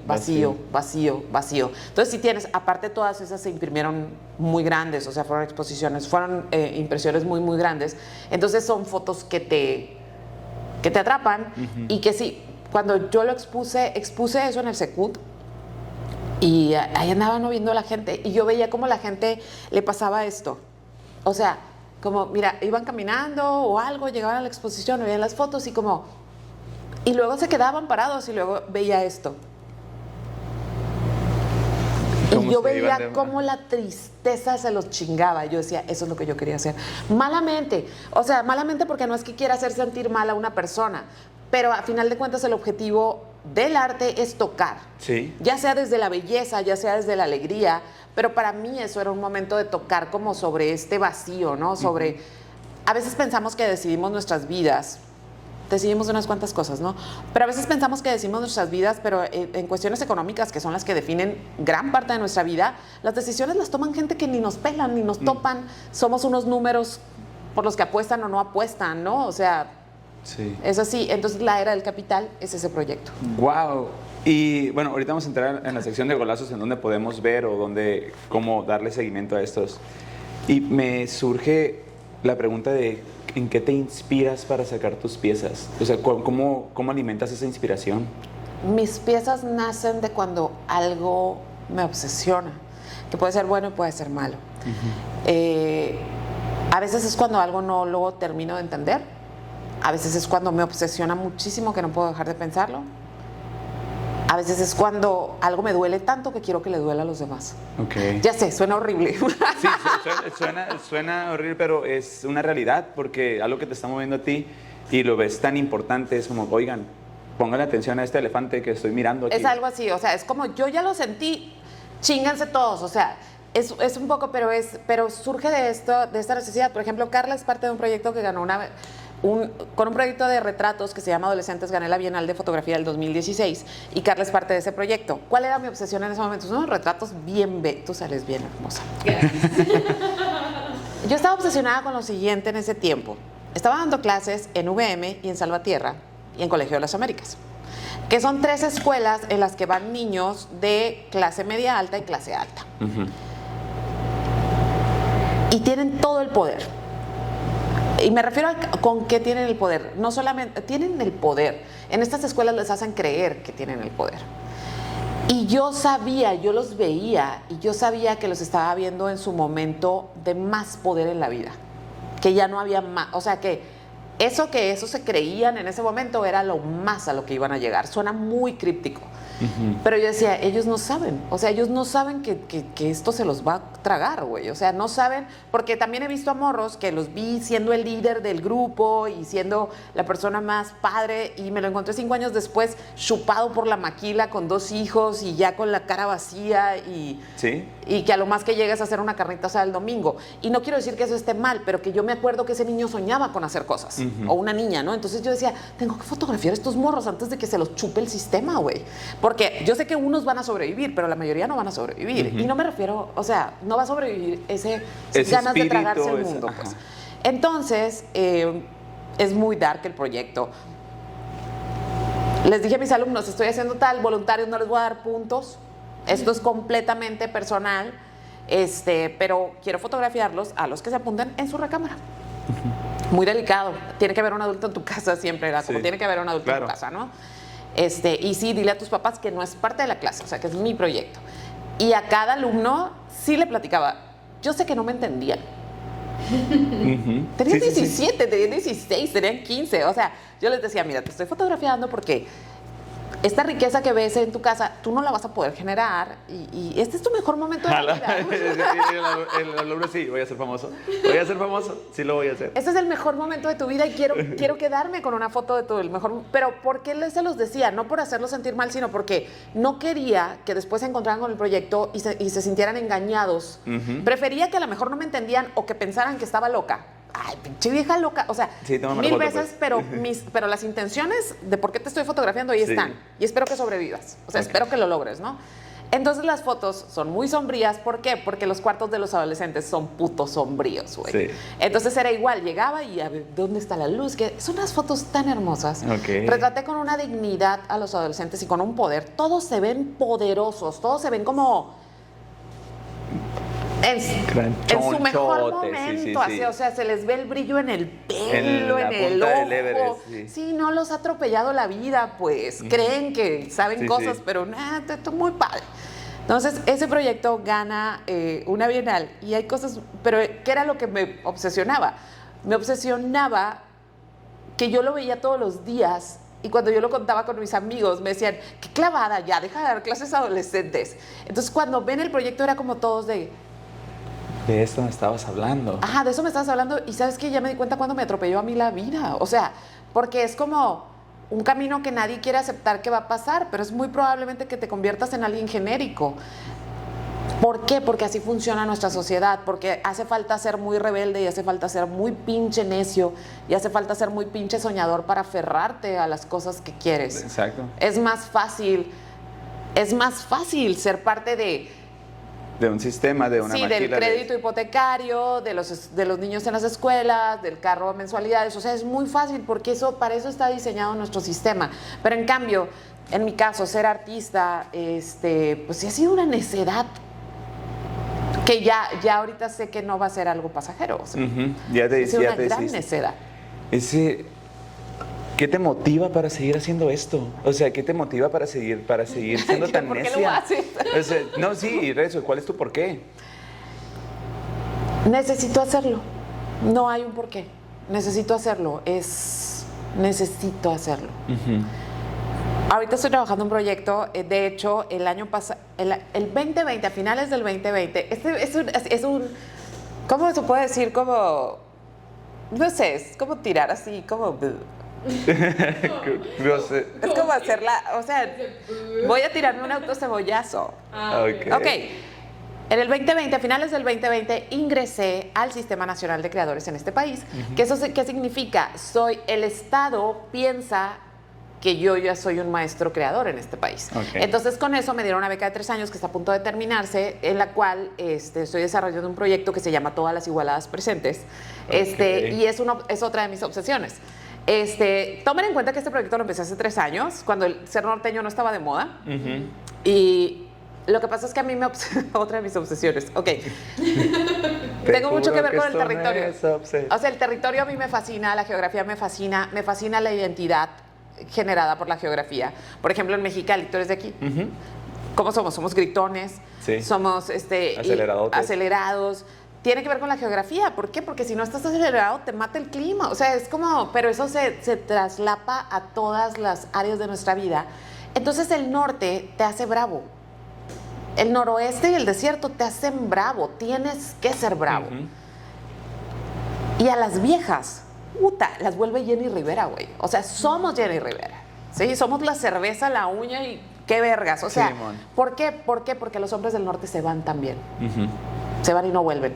¿Sí? O sea, es como ciertas condiciones sociales y culturales, ¿no? Y geográficas. Entonces, yo veía en el parque a las muchachas, duré años mirándolas, a las muchachas que las traen a trabajar del sur del país. Ok. Puedo tener muchas cosas en contra de eso, porque si les pagan poco, porque las explotan, porque son niñas, o sea. Sí. Pero yo las veía llegar con su traje, ya sabes, ¿no? De Tehuana, de lo que fuera, de donde vinieran, de la región del país donde vinieran. Y luego a los meses, porque van al parque, yo vivo cerca de un parque y van al parque todos los domingos y se reúnen ahí como que todas las amiguitas y los amiguitos. Y yo a los 3 meses ya las veía, mira, pantalón apretado, extensión, la uña larga, el celular con charms. Yo decía, qué perras mis amigas, güey. O sea, qué perras, porque si las hubieran llevado a la Ciudad de México, nomás les ponen mandiles y no salen de sí, señor. Pero ¿qué pasa? Vinieron al norte, se chingaron, güey, se hicieron igualadas. Entonces dije, tengo que fotografiar esto que le hace el territorio a las mujeres. Y se llama Todas las Igualadas Presentes. Es un proyecto donde estoy tomando unas fotos muy clásicas, parecen pinturas, fondos negros y demás. Y es esta tipología de mujeres del norte, porque únicamente este territorio, esta geografía, permite que estas viejas groseras e igualadas existan. Pero también tiene como un dejo complicado, porque también no sé cuántas de estas... Mira, toco madera, porque esta es la parte que es parte del proyecto, pero es la parte que me parece difícil del proyecto. Yo no sé cuántas de estas mujeres van a seguir vivas cuando yo termine el proyecto, porque también ser mujer es un deporte de alto riesgo en este país. Sí. Ok, wow. Y Karina, en esto, ¿en dónde diablos está? ¿Cómo entra lo de la locución? O sea, al mismo tiempo que estás haciendo como todo. Güey, ¿A qué hora? ¿Cuántas horas tiene tu día? Las mismas que tú y duermo bien. Okay. No, lo que pasa es que cuando yo terminé la carrera de historia, o sea, justamente cuando estaba... Me pasó algo chistoso porque había niñas que me decían, nos das clases de foto, porque sabían que era fotógrafa. Y yo, ay, no, qué flojera. O sea, qué flojera dar clases de foto, no. Entonces, unas niñas me dijeron, a ellas les debo .56. Me dijeron, si juntamos 5 y te pagamos, ¿nos das la clase? Y yo, pues sí, pues porque aparte cuando eres maestro, en ese tiempo estaba estudiando y estaba de maestra, pues neta, así, ¿no? Sí. Y aparte, si ustedes no saben, muchachos, en este país a los maestros de escuelas privadas en verano no se les paga, entonces en verano así te escondes y esperas que no se descomponga la refrigeración porque es muy triste, ¿no? Entonces dije, ok, el verano, vamos a hacerlo. Entonces empecé a hacer un curso en verano y un curso en invierno. 5 alumnos, así. Pero esos traían más. Entonces ya fue cuando terminé la carrera, dije, voy a hacer .56, o sea, voy a poner mi escuela y voy a empezar a trabajar ya más en esto y todo el mundo, nadie quiere, vamos a ver qué pasa, ¿no? Y total, ha funcionado. Yo estoy desde el 2015 con .56, son 8 añí. Vivir del arte, de dar clases de arte en Mexicali siempre me sigue pareciendo como la cosa más improbable del mundo. Y justo cuando yo ya empecé en forma .56, que ya eran cursos continuos y no nada más como en las vacaciones, justo en ese momento yo me encuentro al Nieblas, después de 1000 años de no vernos, me la encuentro en el Sume. ¿Qué onda? ¿Qué tal? No sé qué. Y me vuelve a decir, necesito esa voz otra vez en la radio. Y yo le dije, ¿quién escucha la radio, Nieblas? O sea, todavía yo de mamona. Me dice, mucha gente, Karina. no sabes cuánta gente. Entonces le dije, no sé, y aparte no tengo idea, le dije, o sea, ¿qué hiciera ahora? Entonces me dijo, ven de invitada, platica de tu escuela de foto. Ok, entonces fui de invitada y un chorro de gente me escribió para la escuela, o sea, como, yo quiero aprender foto y no sabía que no. Ok, y mucha gente escribió para decirle que yo tenía una voz muy bonita. Entonces el Eblas me dijo, ¿qué onda? No te puedo pagar, me dijo. No tengo ahorita presupuesto para colaboradores, no te puedo pagar, pero puedes anunciar tu escuela de foto.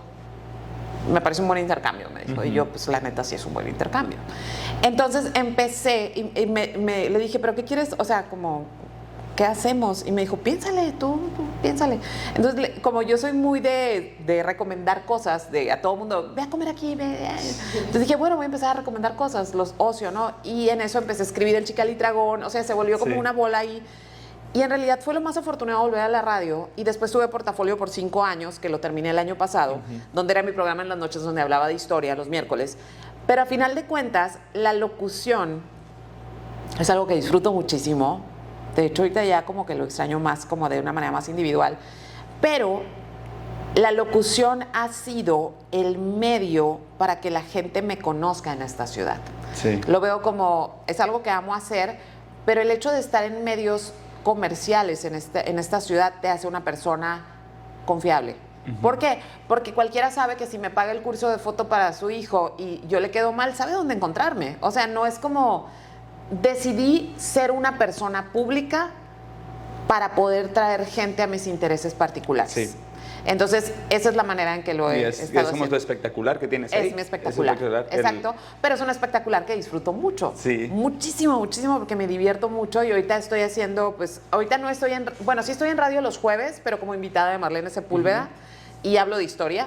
Y estoy en podcast, o sea, de manera ya en Spotify, pero pues sigo. Que es el de Brujas de Rancho. Brujas de Rancho, sí. Brujas de Rancho, qué bonito nombre, ¿verdad? Sí, está perro, y toda esta parte, porque todavía llevas esta parte del norte como tu bandera de, hey, ¿acaso hoy? De aquí es, y aquí también suceden cosas más allá de la carne asada, de la cheve y de los corridos, pues aquí también hay cosas bien chingonas. Sí, y siempre lo llevo así como bien norteña. Y tengo una amiga que es mi curadora además, Valeria, y siempre me dice, pinche vieja norteña, empezaste el proyecto antes de que el norte se pusiera de moda, me dice, pinche visionaria. Y ese proyecto apenas lo estoy terminando, eso quiere decir que el próximo año lo voy a mover muchísimo. Ok.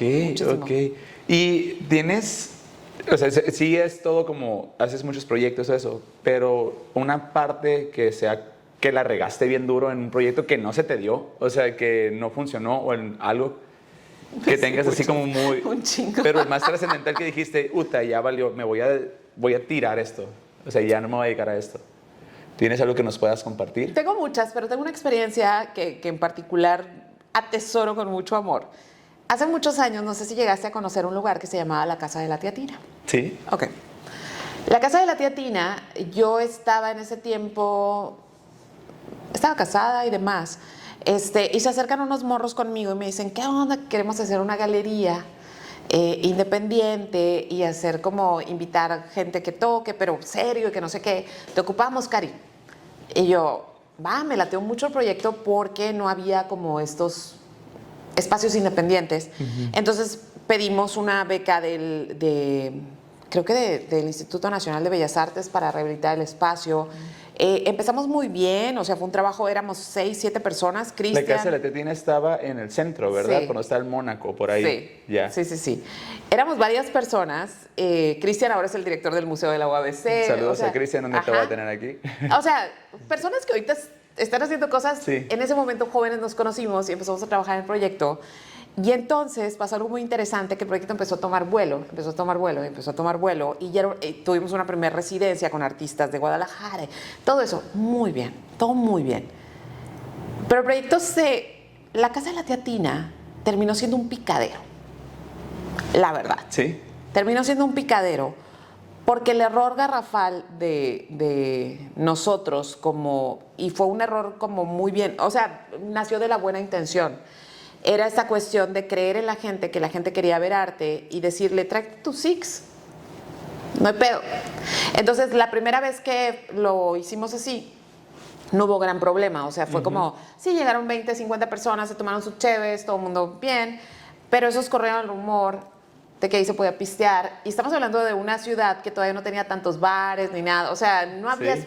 Y ahí había onda, y era el centro, y había alguien tocando en vivo. Entonces, el error garrafal que tuvimos fue el día que nos compramos walkie-talkies. Ok. ¿Por qué lo digo así? Porque eso fue aceptar que teníamos que controlar ese desmadre. Sí. Entonces, en vez de decir, no queremos este desmadre. Ujú. Entonces, fue uno de los grandes errores. Y yo estaba, o sea, de alguna manera yo era como eran puros hombres y yo era como la señora del grupo. Entonces, fue un error garrafal creer que si el arte está de por medio, la gente llega con buenas intenciones. Ok. Me salgo del proyecto, la casa de la tía Tina siguió funcionando. Nos salimos todos, nada más se quedó el que a la tía Tina le dejó la casa, el Huaca, que ya no está en este plano tampoco. Pero sí terminó siendo o sea, sí es un referente de una cuestión cultural que pasó en esta ciudad, que fue muy interesante, pero que todo el mundo sabe que terminó siendo un picadero. Entonces, no me enorgullece estar relacionada con eso, pero tampoco me avergüenza. Es como, aprendí mucho, o sea, fue una de las cosas en las que me equivoqué. Porque el arte... Creer que el arte siempre, que trabajar en el mundo del arte viene con las mejores intenciones, no es cierto. Sí, pero te das cuenta una vez que haces las cosas. No, pues hasta que estás metido en el picadero, pues, o sea, porque sí fue un proyecto que muy rápido se hizo grande y muy rápido se desmadró. Ok. Vamos a hacer un corte más. No te separes, estamos aquí en Saludarte, nos acompaña Karina Villalobos y aprovecha para rellenar esto. Volvemos. Y estamos de regreso aquí en Saludarte, Chavisa, nos acompaña Karina Villalobos. Karina, nos estabas platicando de la casa de la tía Tina, nos estabas platicando como esta parte. ¿Hay algún momento en tu historia, en tu experiencia, trayectoria, que hayas querido tirar la toalla? Que hayas dicho, sinceramente, esto fue un camino muy bonito, pero no es para mí, no voy a soltar. No. ¿Podrías decir el por qué no sueltas eso? Porque o sea, es que es muy difícil explicarlo, lo necesito. Yo tengo periodos en los cuales no produzco, O sea, es raro porque hay mucha gente que me dice, o sea, hay proyectos en los que duro trabajando 3 años, 4 años. Yo soy de proyectos muy largos, me meto así, todo. Pero luego, pum, salgo y 1 año no estoy trabajando en nada, pero no es porque lo vaya a dejar, es simplemente porque todavía me estoy curando de lo que acaba de pasar o porque estoy pensando en qué sigue. Pero llega un momento donde yo puedo estar 1 año y medio sin tocar una cámara, más que dando clases, ¿no? De que sí, estoy enseñando, pero que yo agarre la cámara y diga, vamos a trabajar, puede pasar.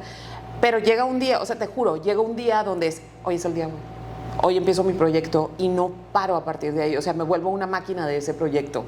Entonces, no sé si es como una especie de TOC, no sé si es una compulsión que tengo, pero tampoco estoy dentro del esquema de producir por producir, o sea, porque mucha gente dice, no, es que este año produje tantas piezas.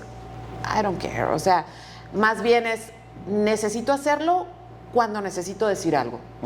Y mientras tenga cosas que decir, así estas obsesiones que quiera que los demás compartan, lo voy a seguir haciendo. Y ha sido muy complicado, o sea, sí ha sido complicado porque he armado una estructura para que mantengan a Karina artista. O sea, mucha gente me escucha en la radio y no sabe que soy artista. ¿Por qué? Porque no estoy hablando de mi trabajo todo el tiempo. De hecho, mis alumnos a veces me dicen, ¿por qué no hablas de tu trabajo? Pues porque ustedes vienen a aprender foto, no a conocerme a mí. Sí, entonces, hay gente que sabe que tengo la marca Muchacha Cachanilla y no sabe que soy artista. Sí. Hay otra gente que me escucha de Brujas de Rancho y no tiene la menor idea de que tengo Muchacha Cachanilla. O sea, como que se han ido separando las cosas, pero todas esas existen para solventar a Karina artista. No existen para ninguna otra cosa. ¿Y alguna vez Karina artista ha dudado del potencial de Karina artista? Nunca. ¿Por qué crees que se deba que no dudes de ti? No sé. Porque es algo que sucede como en estos procesos creativos o los bloqueos creativos que pasan es cuando... O sea, cuando yo tengo estos bloqueos porque yo soy bailarín y tengo tiempo sin producir obras mías. La última que produce fue una despedida para mamá que murió y desde entonces no quiero producir, no quiero hacer algo yo bailar, porque siento que estoy en este proceso. Pero no quiere decir que no vayas a producir. No quiere decir que no voy a producir y no quiere decir que no confíe en mi trabajo. Pero sí ha pasado que estoy así esperando, no esperando la creatividad, sino como de que todavía seré bueno, o sea, todavía podré hacer. Sí me ha pasado eso. Okay. ¿Sabes cuándo me pasa? Cuando termino un proyecto, como mis proyectos son tan largos y me consumen tanta energía, que cuando yo los termino o cuando los voy terminando digo, ¿y si ya no se me ocurre nada Exacto, después? eso. O sea, si hasta aquí se acabó. O si lo ya, próximo que viene no es tan bueno como para... Pero eso sí, no me concibo como... O sea, en la vida me concibo como genio, no me considero el artista que el país estaba esperando, o sea, nada de eso. No. Mi relación con el arte es una necesidad personal. Yeah. Así como hay gente que necesita bailar, hay gente que necesita componer, yo necesito hacer esto, ¿sí? No me mueve el dinero, no me mueve si llega, qué padre, si las becas y esto, pero es una cuestión muy, muy personal. Y creo, además, tengo una carrera rara porque, por ejemplo, te decía, tengo la beca del sistema, o sea, entré al Sistema Nacional de Creadores, o por ejemplo, de repente hay convocatorias muy puntuales en la Ciudad de México de que queremos promover a tales artistas, y mando mi currículum y siempre me contestan lo mismo y me dicen, tu trayectoria es demasiado sólida, tu trayectoria es demasiado, o sea, es too much, no podemos tomarte, andamos buscando gente más joven o que tiene menos trayectoria. Pero yo no tengo la visibilidad de un artista consagrado. ¿Por qué? Porque vivo en Mexicali. Sí, y porque está todo centrificado. Ajá, y porque no es lo mismo ir a la ciudad, vivir en la Ciudad de México, irte a 3 exposiciones, hacer PR todos los días, conocer al curador y eso. Entonces, para mí el arte sí es un acto de resistencia, y resistencia desde esta puta ciudad que amo con todo mi corazón. ¿Por qué no me he ido? Porque eso es algo que me preguntan mucho. ¿Por qué sigues haciendo arte desde Mexicali? Porque todo mi trabajo tiene que ver con mi geografía, con mi clima y con mi identidad. ¿De qué voy a hablar en otro lugar si esto es lo que a mí me nutre? O sea, yo necesito hablar de esto, y porque estoy en contra de que uno, para hacer lo que tenga que hacer, tenga que irse. O sea, yo todo lo que enseño en mi escuela de foto es lo que a mí me costó. Me tuve que ir a trabajar, me tuve que ir a estudiar a Barcelona, me tuve que ir a estudiar a Cuba, me tuve que ir a estudiar a Oaxaca. O sea, tuve que ahorrar, irme a aprender. Entonces, todo lo que yo enseño es cómo me hubiera gustado a mí que me enseñaran en mi ciudad sin tener que irme. Sí. Wow. O sea, eso es como... Y sigo de neciada y enfierrada, y esta es mi tierra, y yo siempre digo, de aquí soy. O sea, ¿cuál es el pedo? De aquí soy. Y si no me quedo yo a hacerlo, no quiere decir que yo sea la salvadora de nada, pero en Mexicali siempre está esta idea de irse. Y entonces, ¿quién lo va a hacer? O sea, es como, es que aquí no hay nada, y entonces, ¿quién lo va a poner? Hazlo. Sí, lo pones tú, y el que sigue le toca poner una piedrita más, y sí, o sea, porque es muy cómodo irte a ciudades que tienen 700, 900 años de vida, sí, ya está todo. Y ni siquiera hablemos del clima, porque con el cambio climático en todas partes van a estar igual. Eso sí. O sea. Y aquí, ¿cuál sería tu joya de la corona? O sea, ¿cuál sería ese proyecto que el más esperado, el que te gustaría que sucediera o que te gustaría como, no sé, cuál es ese? Le digo como la joya de la corona. Aparte de ir al espacio. Aparte de ir al espacio. Mi sueño guajiro es poder tener como un espacio fuera de la ciudad, ya sea como en la Rumorosa, en las montañas, en algún lado, fuera de la ciudad, donde la gente vaya a estudiar conmigo, donde yo no tenga que estar en la ciudad, y donde yo pueda tener muchas plantas y cochis y vacas y gallinas. Ok. ¿Es en serio? Wow. Ese es mi sueño. Qué loco, qué loco, qué loco. Karina, ya vamos cerrando esta charla. Ha sido como muy, muy nutritiva. Te conozco un poco más de lo que conozco para escucharte. Yo consumo mucho lo que haces, pero nada más en radio. En fotografía no he tenido el gusto, digo, apenas estoy incursionando en este medio gracias a Carla, porque me está metiendo en esto. Pero me gustaría regresarte un poco en el tiempo y que te dieras un consejo a ti misma con la experiencia que ya tienes. Y en un momento muy específico, cuando te detectas esta bola, ¿qué necesitabas escuchar o qué consejo te darías en esos momentos? Ok.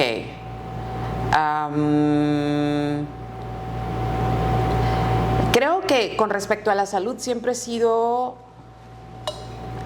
Tuve una pareja que me decía, es que te encanta ir a los doctores. No me gusta estar enferma. O sea, ese es el punto, ¿no?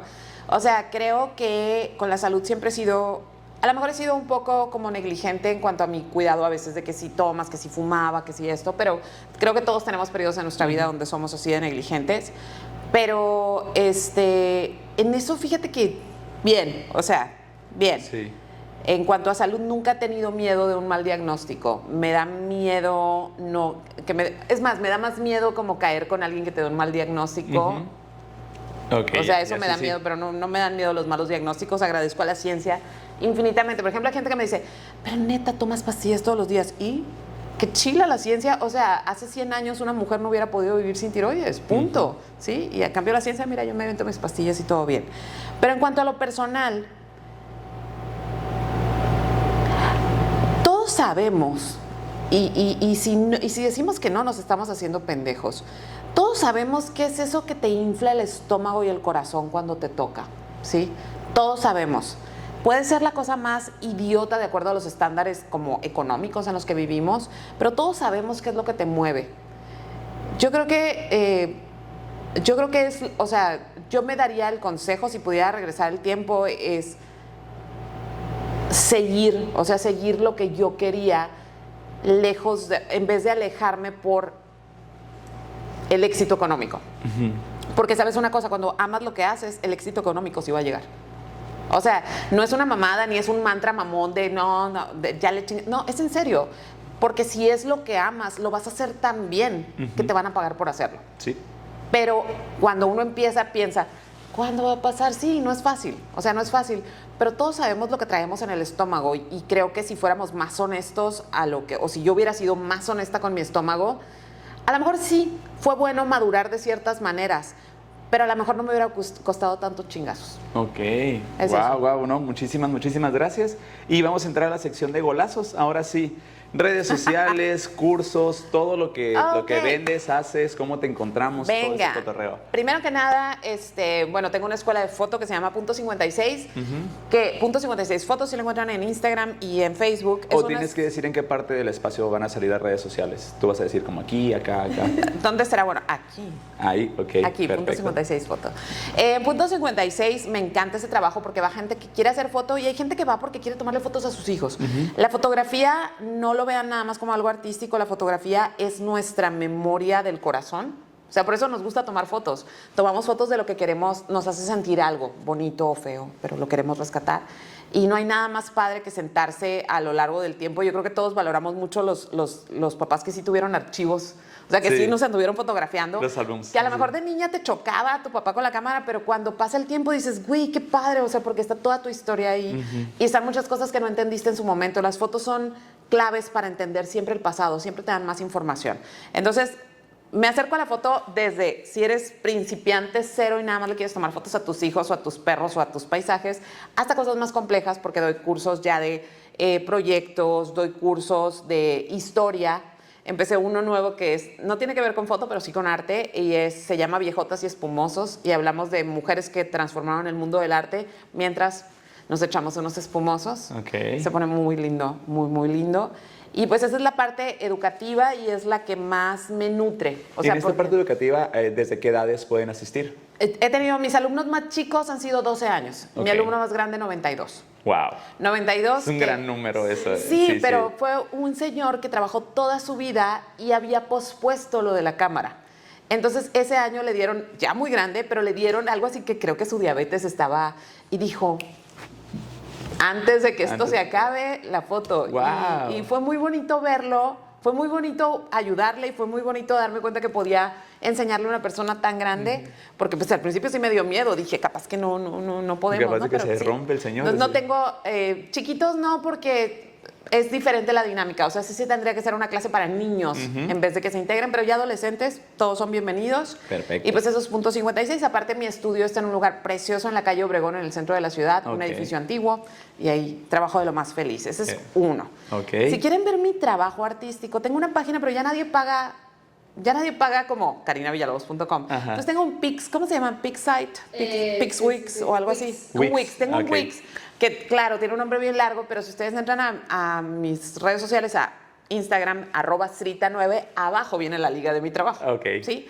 Y pues tengo una marca que se llama Muchacha Cachanilla, que también la empecé antes del Me Too, La empecé antes del Me Too.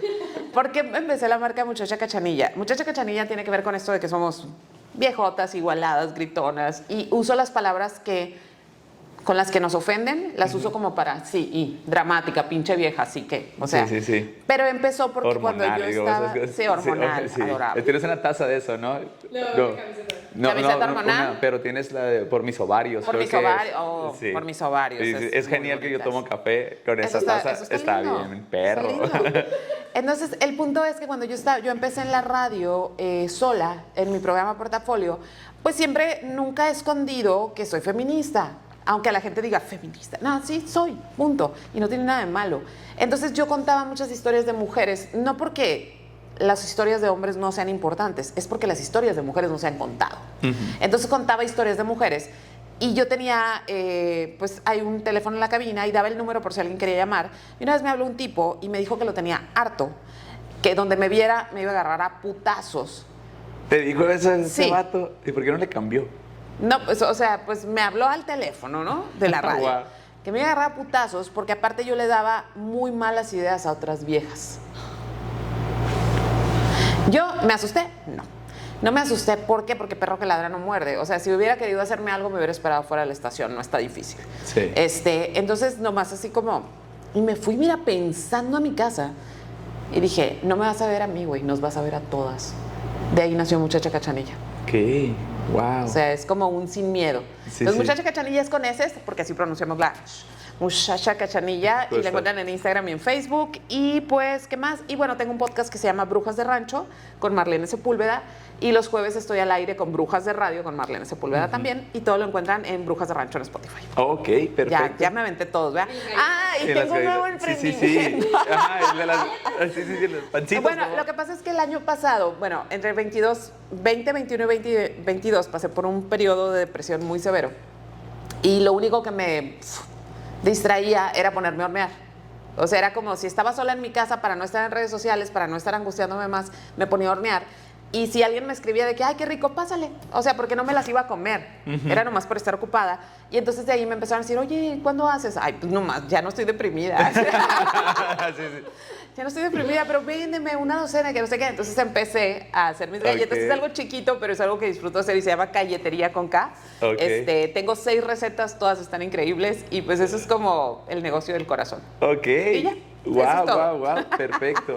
Y nos encantaría que nos recomendaras algo que te haya funcionado a ti. Puede ser un producto, un servicio, algo que le haya funcionado a Karina, que quieres recomendar, aprovechar el espacio para la chaviza. Ok, bastantes cosas, ¿eh? Ok. Desde cosas muy, muy particulares como a mí me cambió la vida hacer yoga. Muchas veces le tenemos miedo a hacer cosas diferentes que impliquen como estar en conexión con nuestro cuerpo. Mucha gente, sobre todo acá en el norte del país, no le gusta estar en conexión con su cuerpo ni bailar. O sea, la gente no baila aquí. O sea, nomás ahí se mueven con la chévere. O sea, no. Entonces, a mí yoga me enseñó como a meditar, no, o sea, y no en blanco, sino como a estar en conexión con mi cuerpo. Me enseñó a ser paciente, muy paciente, cosa que yo no tenía antes. Y eso... Y no digo únicamente el yoga, sino cualquier cosa que implique como conectarte con tu cuerpo es súper necesario, más en los tiempos que vivimos. Otra cosa que me ha ayudado mucho, y esto sí se lo digo a todo el mundo, no tener miedo a preguntar, nada. Que no me da vergüenza preguntar, no me da vergüenza que me digan, ¿estás idiota o qué? No sé, dime. O sea, preguntar es algo que funciona. Y lo otro es, ¿qué otra cosa me ha funcionado? Ir a terapia. sí, importante. Expos activas. Ahorita tengo una expo. Hay 2 piezas de Sakamoto, 3 piezas de Sakamoto en una exposición que está aquí en el CEART. Y luego hay una exposición en Monterrey donde está el primer corte de Las Igualadas. A principios de año expongo en el archivo fotográfico de Querétaro, Sakamoto, precisamente. Y creo que ahorita es lo que está activo, pero ya el otro año voy a empezar a mover bastantes cosas. Ok, y nos enteramos en tus redes sociales. En mis redes sociales siempre estoy poniendo todo ahí, dando lata. Ok, perfecto. Karina, muchísimas muchas gracias. gracias. ¿Hay algo que quieras que nos haga faltado? Digo, historias No, o conté anécdotas. mucho. Me hicieron recordar cosas que no sabía que no Qué me acordaba. padre, y eso es lo bonito. Y en base a tu experiencia van a caer muchos centavos para las personas que nos vean, e incluso para mí también. Y eres un motivador, o sea, eres una muchas persona que gracias. motiva mucho y es muy importante la labor que haces. Te digo, desde mi experiencia o lo que yo he visto de Karina al escucharte es como que, oye, siempre das como estas recomendaciones, cuentas historias, pero siempre queda algo. Queda algo que me acompañas a casa. Con Portafolio me acompañabas llegando a casa. Ay, qué lindo, me encantaba. Entonces, y no te escuchaba siempre, no lo hacía, pero cuando te escuchaba era como, ¿ahora qué me va a compartir? Karina Villalobos. Yo no sabía que era, no conocía a Carla en ese momento. ¡Órale! Ajá. Y cuando Carla me empieza a platicar, como ella fue mi maestra, y luego también le das clases a mi hermana, clases a mi hermana. Ajá, Joy. Y fue como, oye, qué rollo, por eso quería platicar contigo. Sí. Y a lo que voy es que hace falta como más Karinas o más artistas que empiecen a hacer estas cosas, porque considero que esto es lo que va a cambiar a la ciudad. El que hagan arte de diferentes formas, que hagan Sí. proyectos de diferentes formas, que los hagan y que tengan ese trasfondo para cambiar las cosas. Y compartir. Sí. No ser celoso, o sea, para mí es muy importante, como lo dije al principio, yo me considero sumamente privilegiada por todo lo que he recibido en cuanto a educación, en cuanto a conocimiento. Entonces, lo mínimo que me toca es compartir lo que yo he recibido. Y siempre lo veo así, porque mucha gente me dice, bueno, pero es que tus cursos cuestan tanto. Güey, no están caros, pero a mí me ha costado estudiar y necesito vivir de algo. Tampoco se trata, o sea, créanme que si yo tuviera todo el dinero así tranquilo del mundo, sí sería voluntaria en un museo y sí daría clases gratis, pero al final de cuentas las facturas se tienen que pagar. Claro. Y también tenemos, esa es otra cosa que sí le quiero decir a todo el mundo, si tienes un amigo artista, no le pidas nada gratis, porque es una mamada eso de que te estoy dando la oportunidad de que te conozcan. No le estás dando la oportunidad porque no pasa nada con eso. O sea, que te expongan en un café o que cantes de a gratis en la fiesta de las tías, eso no significa más trabajo. Significa nada más que alguien se la pasó bien a tus costillas. Entonces el trabajo artístico también tiene valor y debe pagarse. Sí, justo, no vas a llegar a una taquería y decir, oye, ¿me puede dar un taco gratis para ver cómo saben? A lo mejor sí le voy a comprar. Porque las personas que damos clases y es, oye, ¿tienes clase muestra gratis? No. O sea, ve a la taquería y pide un platillo gratis. ¿Qué te van a decir? No. Y también esta parte, y creo que en estas pláticas o el hacer las cosas es, hey, público, los artistas también comemos. Claro. Y yo luego les digo, yo no voy a pagar 1 kilo de frijoles con una pirueta. Puedo hacer 2 o 3, pero no pero lo voy a no me lo van a dar. No lo voy a pagar, ¿sabes? Es como que llegar a la tortillería me da 1 kilo de tortillas. Sí, estaría genial, ¿no? Estaría bien chido, estaría imagínate. súper genial, pero no es así. Entonces sí, eso sí, o sea, eso ha sido parte también de mi educación y de educar a mis alumnos, de decirles su trabajo vale. A lo mejor ahorita no vale miles. ¿Por qué? Porque estás empezando, pero sabes que vale, porque compraste una cámara, porque le invertiste un curso, que si tu tía quiere las fotos gratis, no se las des gratis, pero a lo mejor se las puedes intercambiar por una memoria. O sea, que sepan que aquí, que sí hay que cambiar, o sea, intercambiar valores, porque hay que valorar. Y si uno no valora su trabajo, nadie más lo va a valorar. Y aparte le metes el pie a los otros colaboradores, otros artistas que están haciendo algo. Sí. Porque es, yo tengo a alguien que me regala esto. Ajá, y entonces abaratas el gremio. Exactamente. Sí. Entonces sí, súper importante. Muchísimas gracias, Karina. Un placer No, saludarte, muchas gracias. en verdad. Y me divertí mucho. Chicos, aquí están todas las redes sociales, pícale a todo lo que está abajo. Aquí, ¿verdad? Ajá, y en la descripción va a estar todo para encontrar a Karina Villalobos y nos vemos en el siguiente episodio de Saludarte. Muchísimas gracias. Gracias. A los colaboradores, a la Oveja Negra, muchísimas gracias, a Punto Integral y nos vemos en el siguiente episodio. Que estén muy bien. Adiós.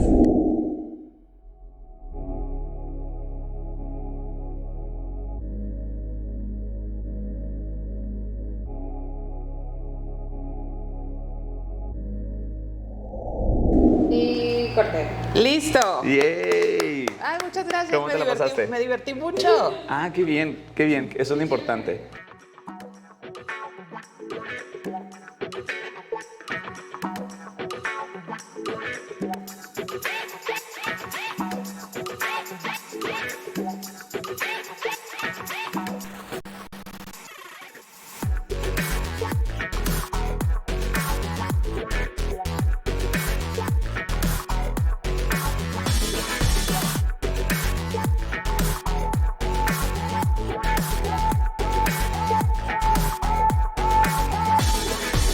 You'll see the difference now.